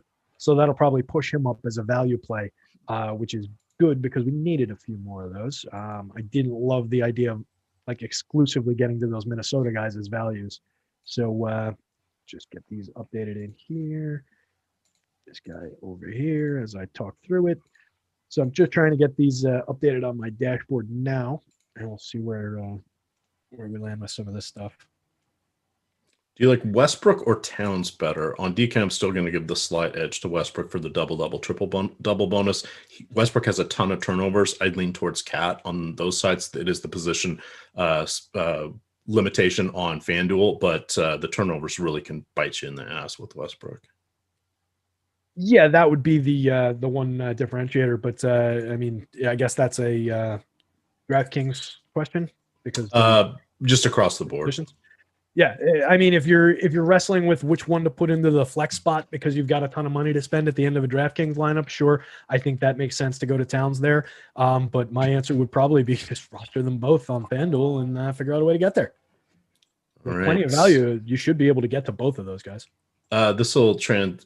No, it won't. Let's talk Denver real quick. Jokic or Towns? Very close. I mentioned a few times I'm going to have around 20% of each of those four big centers in terms of what comes up in crunches, and then we'll see how it goes. If I had to make the call for FanDuel, I'm going to say probably, let's see, this is FanDuel, right? Yeah, I'm going to say probably Towns by a nose. You'd save a decent amount of money. You save 1.2K. So I think we can do that, and you're picking up a little bit of no, you're losing a little bit on the leverage score, but I think it's probably Towns just for the savings in price and similar to everything else. All right. If my lineup is basically everybody good, Harden, Doncic, Milton, Hart, Vanderbilt, Edwards, Ingles, would you go with Lyles or Dean Wade? I would lean towards Lyles just a little bit. Yeah, it was Lyles. It was Lyles for me earlier. I'm not sure how the Wade news is going to change things. I'm still just getting these updates dropped in. But I think it's probably going to remain Lyles. I think he was a good enough value that it makes sense that he would maintain that regardless of any other changes. Harden or Luka in tournaments as they score off against each other. Let's just say we have Harden projected for 69 DK points. We have Luka coming in at 12 less. They have similar ceilings, but they're both going against craptastic defenses with their respective teams. But I've got to give Harden the nod in that one. Yeah, I mean, Luka's on the board for sure, but in terms of just if you want to just use Alex's optimal lineup rate as a tiebreaker, and projection is another good way to do it like you just did, but in terms of the amount that they appear, the frequency with which they appear in the optimal lineup in these simulations on FanDuel, you're getting Harden in more than half of the optimal of the 10,000 simulated lineups. You're getting Harden as optimal, 51.8%. By comparison, Luka 21.4%. So more than double. On DraftKings, it's triple. Harden is in 44.5% of the optimal in simulations, and Doncic is in 15%. So Harden is 3 times better a play on DraftKings, just going by that. And you're getting a positive leverage score on him. The field is not with him enough on either site, particularly on FanDuel. He's got a 9.3 leverage score. The field's only at 42%. I say only. That seems like a lot. I'm going to have Harden at probably 100%. Maybe one lineup gets in and he comes up like 99.6 or whatever it is. It's less stark on DraftKings, but you still got an edge. You've still got room to roster him, where people are going to Doncic in basically closer, less than Harden, but closer to the frequency with which we get him optimal, making Harden the better play between the two, despite the higher, just in general, raw ownership percentage. I hope that made sense. Is Porzingis kind of coming out in the wash for you at this point, just because he's missed a handful of games, he's dealing with back spasms or sore back, kind of conflicting information there. Great matchup, but we have all of these other high-end plays that we want to go for. It just feels like reaching up for them is a more savvy play than going with the unicorn, the former Knicks player. He was in that group of guys who, as a power forward, had center eligibility on DK at 8,100, was kind of rotating through some of those overflow lineups from the 4 main stars. So I think he's got more utility there. I'll take what I get of him on FanDuel. He's projected for around 20% ownership. I'd probably like to be below that in like maybe the 15% range. He comes up as fine for me. Not really a big push, not really a big negative.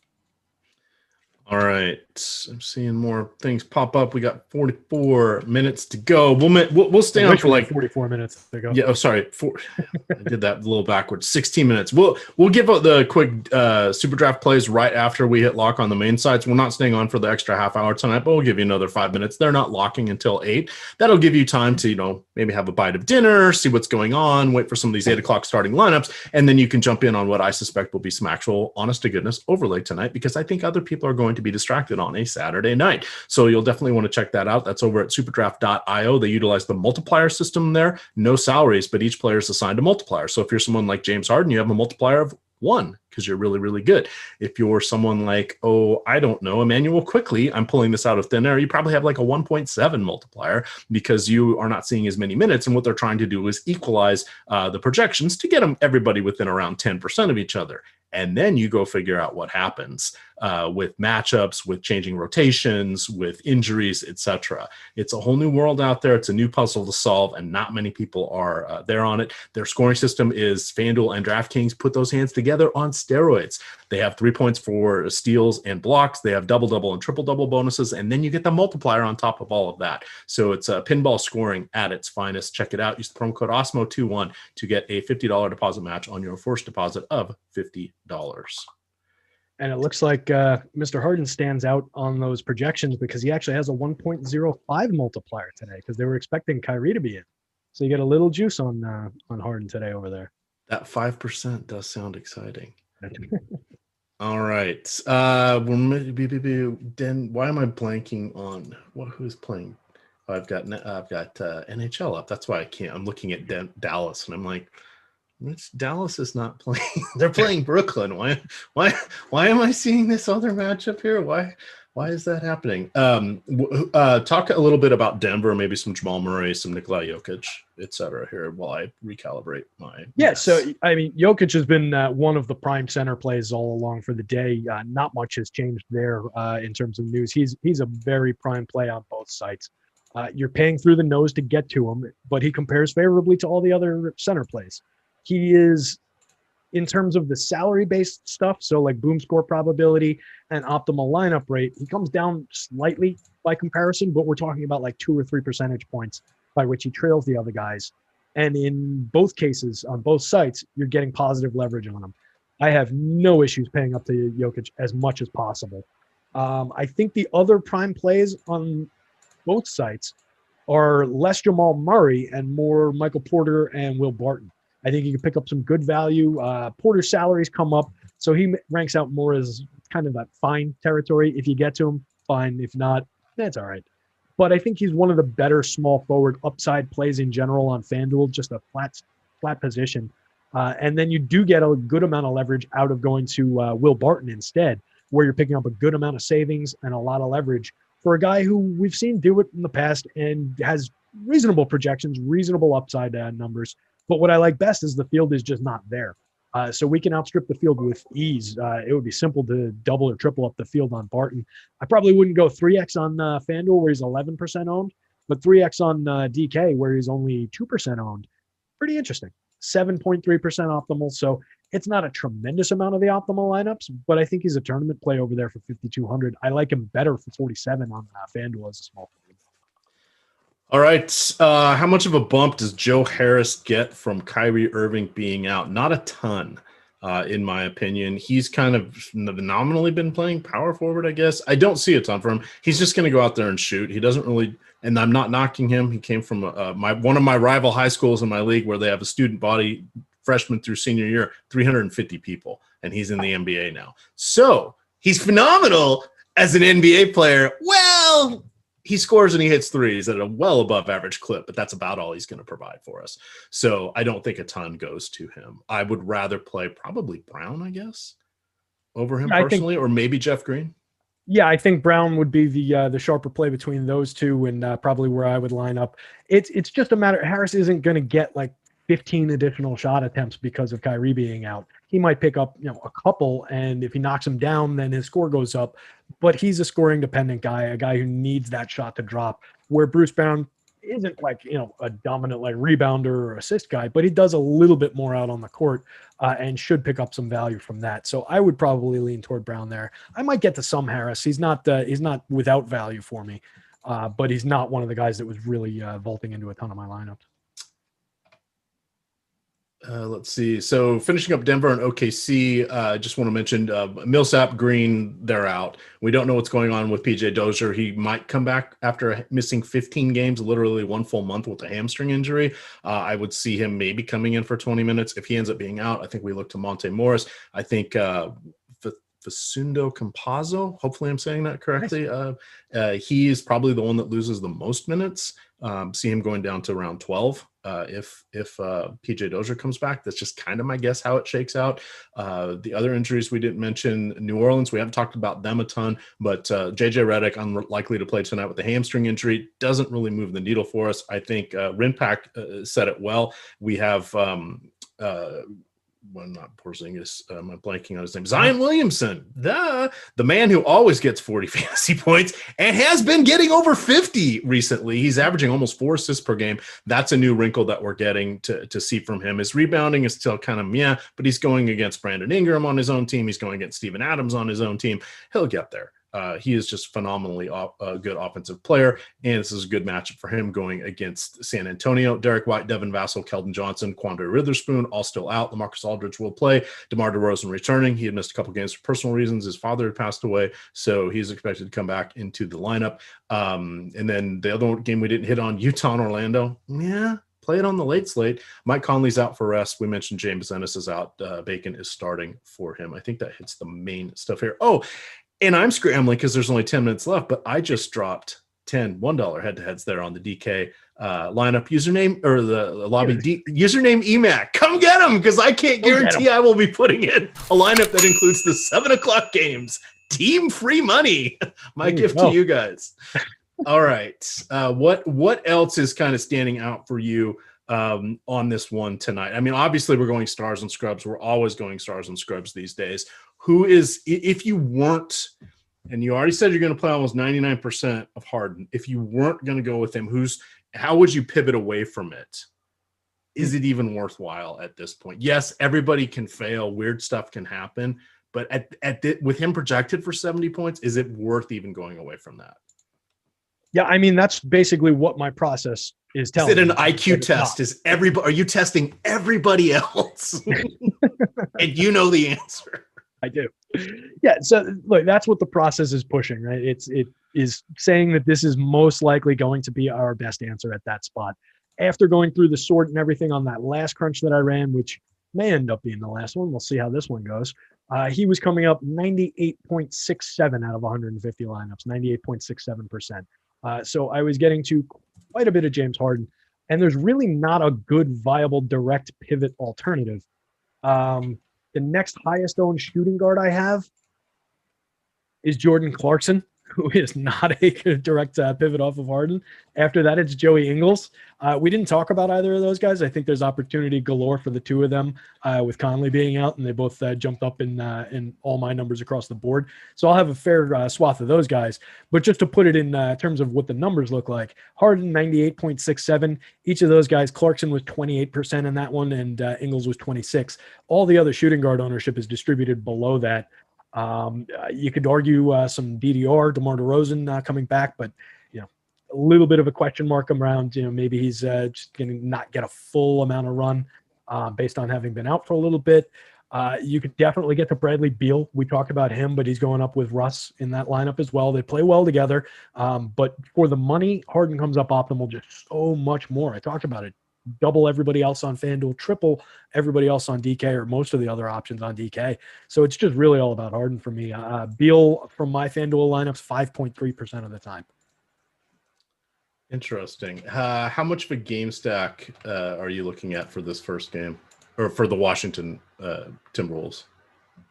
I'll probably have it in a lot of lineups. Or is it more organic? I guess is a better way. Yeah, it's organic. It will look like that. Like if you didn't know how I put together lineups, when you looked at all 150 lineups, a lot would pop out. Like, oh wow, this guy deliberately game stacked that game. That's not how I go about things, but it is just the result of so many good plays coming from that game and so much value popping up on that Minnesota side of things. All right, so let me get and see here. Oops, that's not the right. Now I'm in the hockey chat. And if somebody out there is thinking in terms of like, I want a game stack, I want to pick a game to game stack, you can definitely do it with that one. You could also potentially look to that Brooklyn-Dallas game because we expect a lot of points to be scored there. There's some value that we talked about. Obviously, some superstars to pay up for on both sides. So I think you can get away with that one as well for a game stack. I don't think I really have the other ones popping so much. Most of the others look like they come up flat, just like scanning through Fantasy Cruncher and looking for similarly colored teams. I'm going to play a lot of Jalen Noel at 3,200. He's coming up a ton for me. It looks like Karl Anthony Towns. He's a UW guy. Looks like Karl Anthony Towns could be the odd man out. How is this possible? Wow. Now, with that wouldn't apply on Yahoo where it was so cheap, though, right? He's already locked and loaded. I won't be touching those lineups. Fortunately, Ingles was one of the other guys I had in, and now Mike Conley's out. So that was one of my, how do I swap off Ingles? I don't have to. Don't have to. Sweet. Yeah, that Yahoo price that you gave for him before was pretty standout. That was equivalent to what, maybe like an 8,000, 8,500, 8,900, somewhere in that range on FanDuel. Yeah, 42 or 43. That's way apart. Yeah, it just makes it easier for that one. So I was just crunching here to make my cash lineup. You guys jump on in there and get the free money, because apparently I'm throwing the dollar bills out the window. But I can tell you I've got a lineup with Doncic and Harden. I think are going to be my building blocks. Do I want to continue that with a Bradley Beal?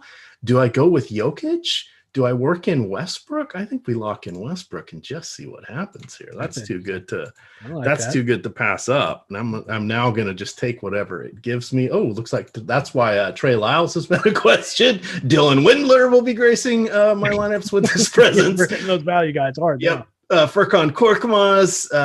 There you go. Now you know why those are the guys. Let's pick lucky lineup number 3. Ooh, JaVale McGee. God, do I want to play JaVale McGee?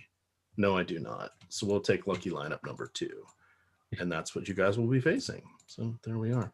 Love it. 4 minutes to go. We will stay on for just a couple minutes, talk about SuperDraft. For you guys, we're not doing the full half hour, but they're not locking until 8 o'clock tonight. But we'll circle back on that. Reminder, we do have the Awesemo odds sister site out there, as well as the player props, which are free.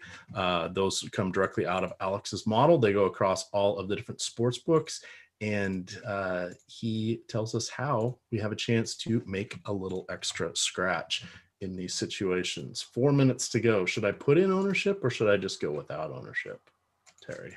Oh, I think you got time. You got to have that down to what, like a 15-second process? We shall see. We shall see. If you want to steer the ship for a moment, my eyes are stuck on this right now. So, yeah, I was just waiting for Fantasy Cruncher to give me my combined slate of lineups, which I just got here. So now everything is nice and smooth. We're just racing through the process. So I've got this down to like 30 seconds once I can actually get my lineups out of Fantasy Cruncher, which is an amazing utility. But we talk about this from time to time, and we do get questions about it. We ask it to do a heck of a lot for us.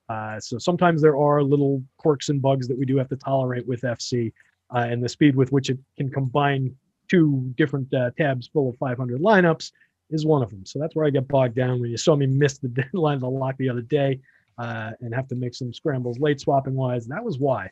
So it gets a little fun, little pressure packed here when we're doing these things this close to lock. But I think we're going to get there with the minute and change left. We just sort this guy, and then we will copy paste out of here. And it looks like most of my percentages on this most recent crunch, Harden comes down to 92%. So we did open up a little bit of room. I'm not sure where it went. We'll have to find out after the fact, because I need to copy and paste these things and get them entered. So we lost a little bit of our Harden shares, but I expect that process put it in a good spot for us. It's not like it's going to just decide to roster a bunch of some scrub for no reason and leave tons of money on the table. And we will put this into FanDuel now by clicking here and clicking there and hitting that. And hopefully it'll just go right in. The last couple of days, I've also had some weird lineup upload failures, which I'm not sure what's going on there. Yeah, that happened to me earlier, and that was a bit of a disaster. Oh, I do not want Shake Milton and Royce O'Neal in the same lineup. That's horrible. Yeah, that's a little challenging. I can keep going. I'm good to go. Oh, I'm copying in right now to upload. Okay. So, all right. So let's see. I mean, I like my lineups, but I've got a fighting chance now. So that's all you can ask most nights. And last night, I had the Bismack Biyombo crapping the bed, but I still had one lineup break free in 400x. So nice. Yay, that covered up for a lot of other mistakes. That'll definitely do. Then 400x by $1 winning 400, right? So this is not life-changing money, but hey, definitely. All right, I'm all locked and loaded here. We are at the end of the tip-off here. We got about 30 seconds. By the time you hear my voice, probably nada. So let me call up some of the SuperDraft stuff. We'll talk about them briefly, a little bit of strategy there since we didn't get to alleviate that. And we start out these shows with the best of intentions, and then the time just flies by. The time flies, and then we got to scramble with some of these things. So while you're looking for that, just to put a final button on it, it looks like after I sorted through everything, my center ownership came out about where I was saying that I wanted it, which is good because I didn't have time to sit there and manually change things around. But my most owned center turned out to be Cat at 26%, then Vooch at 25.33. So essentially the same for those two guys. And then it goes to Embiid at 19.3 and then Jokic at 14.67. So Jokic ended up trailing that group. But like I was expecting and talking about through the show, and it's just kind of a sign of, process works, right? This is where I said I thought I was going to be, where I wanted to be. So that group, that's 85.3% of my center group. I said I was going to be around 20% on each of four guys. That put us a little bit over. And then the rest of it's distributed. I've got a few shares of Rudy Gobert, a few shares of Al Horford. I picked up 1 or 2 shares of Jakob Poeltl. I would have liked to have grabbed maybe a couple additional shares of Steven Adams. So if I was doing this manually, I might have done that. And it looks like I picked up 2% or so of Jarrett Allen, who I wasn't looking to get to. So I might have squeezed him out. So those are the things where if I was sitting here with time manually going through the process, I might have made a couple minor tweaks to make those changes. But I don't mind having them broad range of outcomes for all those guys. So that's fine. Not sure where the additional 8% went from the Harden ownership, but I like the way that everything's distributed. I've got Harden as an extreme outlier in ownership at the top. And then the next highest owned guy overall is Russ Westbrook in just half the lineup. Usually I'll have more guys in that, 3 or 4 guys in that higher end range. So I've got a pretty broad grasp of the slate here, and we'll see how it ends up. All right. They were asking, are you going to late swap? I will tonight because I'm looking and I didn't get enough Luka Doncic. So I got 80% Harden. I'll probably turn 10 or 15% of that into Luka Doncic just because I didn't have time to go in and set the ownership caps where I wanted to outside of like the top 10 players. So I'm riding with 50% Furkan Korkmaz. Furky from Turkey, buddy. Me and you tonight. Don't let me down, please. Pretty please. Let's hope for 17 DK points. That would be a nice acceptable outcome for me. But I do have 35% Russell Westbrook, Joe Ingles 40%. I wanted to go after that one, so I upped that. And then I've got about 25% of each of the Minnesota guys. Fair amount of 20% of Ben Simmons. Looks like Embiid fell down to 23%, but I did get 35% Karl Anthony Towns, so that worked out. Over on SuperDraft, where you now have 1 hour or just a little bit less than 1 hour to go on there. Some of our best plays that we are looking at there, as Terry mentioned, would be James Harden, number one. So they do have some position flexibility here. You got to play three guards, 3 forwards, and a center, but they have now assigned about a third of their player pool has multi-position eligibility. That's very helpful, especially because a lot of it ends up being guard forward. So all of a sudden you've got 6 slots where you can put some of these players. So Shai Gilgeous-Alexander last night was a good guy, because sometimes you'll get, some really good guard nights like James Harden, Luka Doncic. Well, there's 2 of the 3, you might be thinking about. Maybe you look at DeJounte Murray here, 1.35 multiplier. He was someone that stood out to me a fair amount. You got Shai Gilgeous-Alexander, tougher matchup going against Denver, but he does have a 1.25 multiplier. Zion Williamson, who was locked in last year with a 1.4 multiplier forever, and at the beginning of this season down to a 1.25. But with his all-around game, that's going to project close to 55, 60 fantasy points, just because he's not going to get the double-double bonus, but he's going to flirt with 25 to 30 NBA points. And then on top of that, he'll get his 6 boards. Now he's getting around 4 assists per game, might contribute a block steal here and there. And all of a sudden you're looking at a big number with that multiplier. LaMarcus Aldridge, 1.65. Makes me a little nervous. He did play 25 minutes, I believe was what his number was in his last game back. But a 1.65 multiplier, all of a sudden you're looking at 20, 25 fantasy points, turns into close to 40. If he flirts with 35, now you're looking at almost 50 fantasy points. Those are some big numbers. That's where they kind of try to normalize everybody's, in that, depending on the size of the slate, between that 55 and 60 range is going to be your top 15 players or so. Jamal Murray, 1.35, really, really stands out going against OKC. Anything else popping for you over there on SuperDraft? Let's look at their contest sizes. Yeah, there's probably some overlay sitting there for everybody to jump on. So definitely makes a lot of sense to pull up Alex's projections. Even if you've never played on SuperDraft before, you've got an hour. You want to play more DFS. Top Shot is probably still down. So what else are you going to do, guys? You're going to go eat dinner? Come on, get in here, pull up Alex's projections. I joke, but it actually is a really fun site. I've been hand building mostly on it, but we do have Fantasy Cruncher for it if you want to enter a ton of lineups. But I really like just the outthinking other people in terms of, something like getting Shai Gilgeous-Alexander tonight and last night as well. Spags and I landed on it. Being able to roster him at the forward spot and then get to some of those other guard-heavy night kind of guards was really putting us in a nice advantage. And you can spot things like that by just pulling up Alex's projections and going through with the positioning and looking for what the multipliers do, because he lists his raw projection and then he lists the multiplied out projection. So you can see when we had our ridiculous question last night was, would you rather roster LeBron James or Mason Plumlee? And my answer became Mason Plumlee, because I thought not many people are going to be doing that when they reach that decision point. Not many people are going to know that's a decision point, for one. And for two, when they see it, even if it's laid out in Alex's numbers for them, even fellow Awesemo users, more likely than not, you're going to click on LeBron James over Mason Plumlee. So I wanted to play the opposite of what the field would most likely be doing on a guy who was projected slightly higher after the multiplier. It's not something that you would ever do on any other site, but here it was the right strategic play. I don't even know how it came out in the wash after the multiplier. I didn't check it, but that's the kind of decision and the kind of cool, inflection points and conversations you can have around this site. So I just really like what we can do with it. A guy who leaps out in terms of something like that for me tonight is Jordan Clarkson. You're getting him with a 1.6. He's the, let's call it 12th ranked guy on the board here. So you're getting him. If somebody asked you normally, would you rather roster Jordan Clarkson, Kristaps Porzingis, Rudy Gobert, or LaMarcus Aldridge?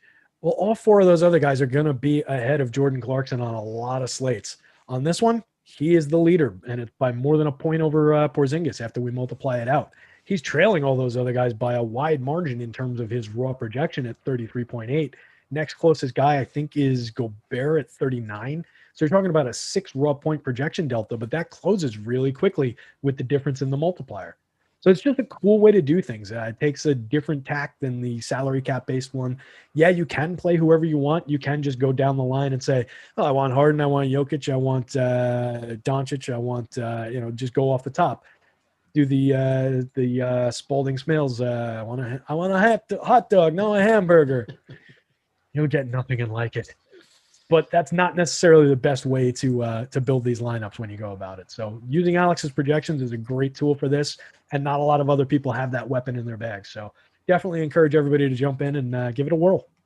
Yep, absolutely. So looking at their contest right now, they do have the $30,000 marquee contest, $15 to get in, $6,000 to first. They were running that up to like 70 or 75,000 earlier in the week. Again, they know overlay is going to be their best marketing tool. They're embracing it. You also can get Caesars reward points for playing over there, and those are available for use at any Caesars properties because they have partnered with them as part of their budding DFS online / future sportsbook acquisition moments of our eyeballs.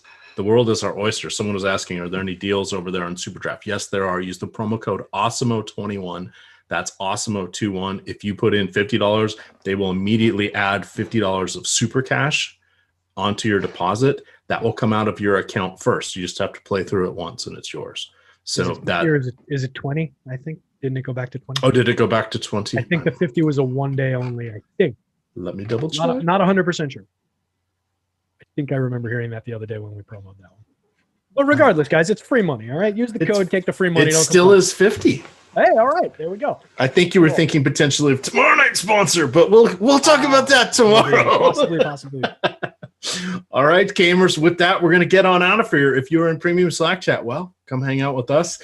If you're like me, apparently my wife is going to want to watch Furkan Korkmaz tonight. I'm going to try to go convince her of that as we eat dinner because I need to see how he's going to do. Is Furky going to make me look like a turkey? Probably, but that's where we go.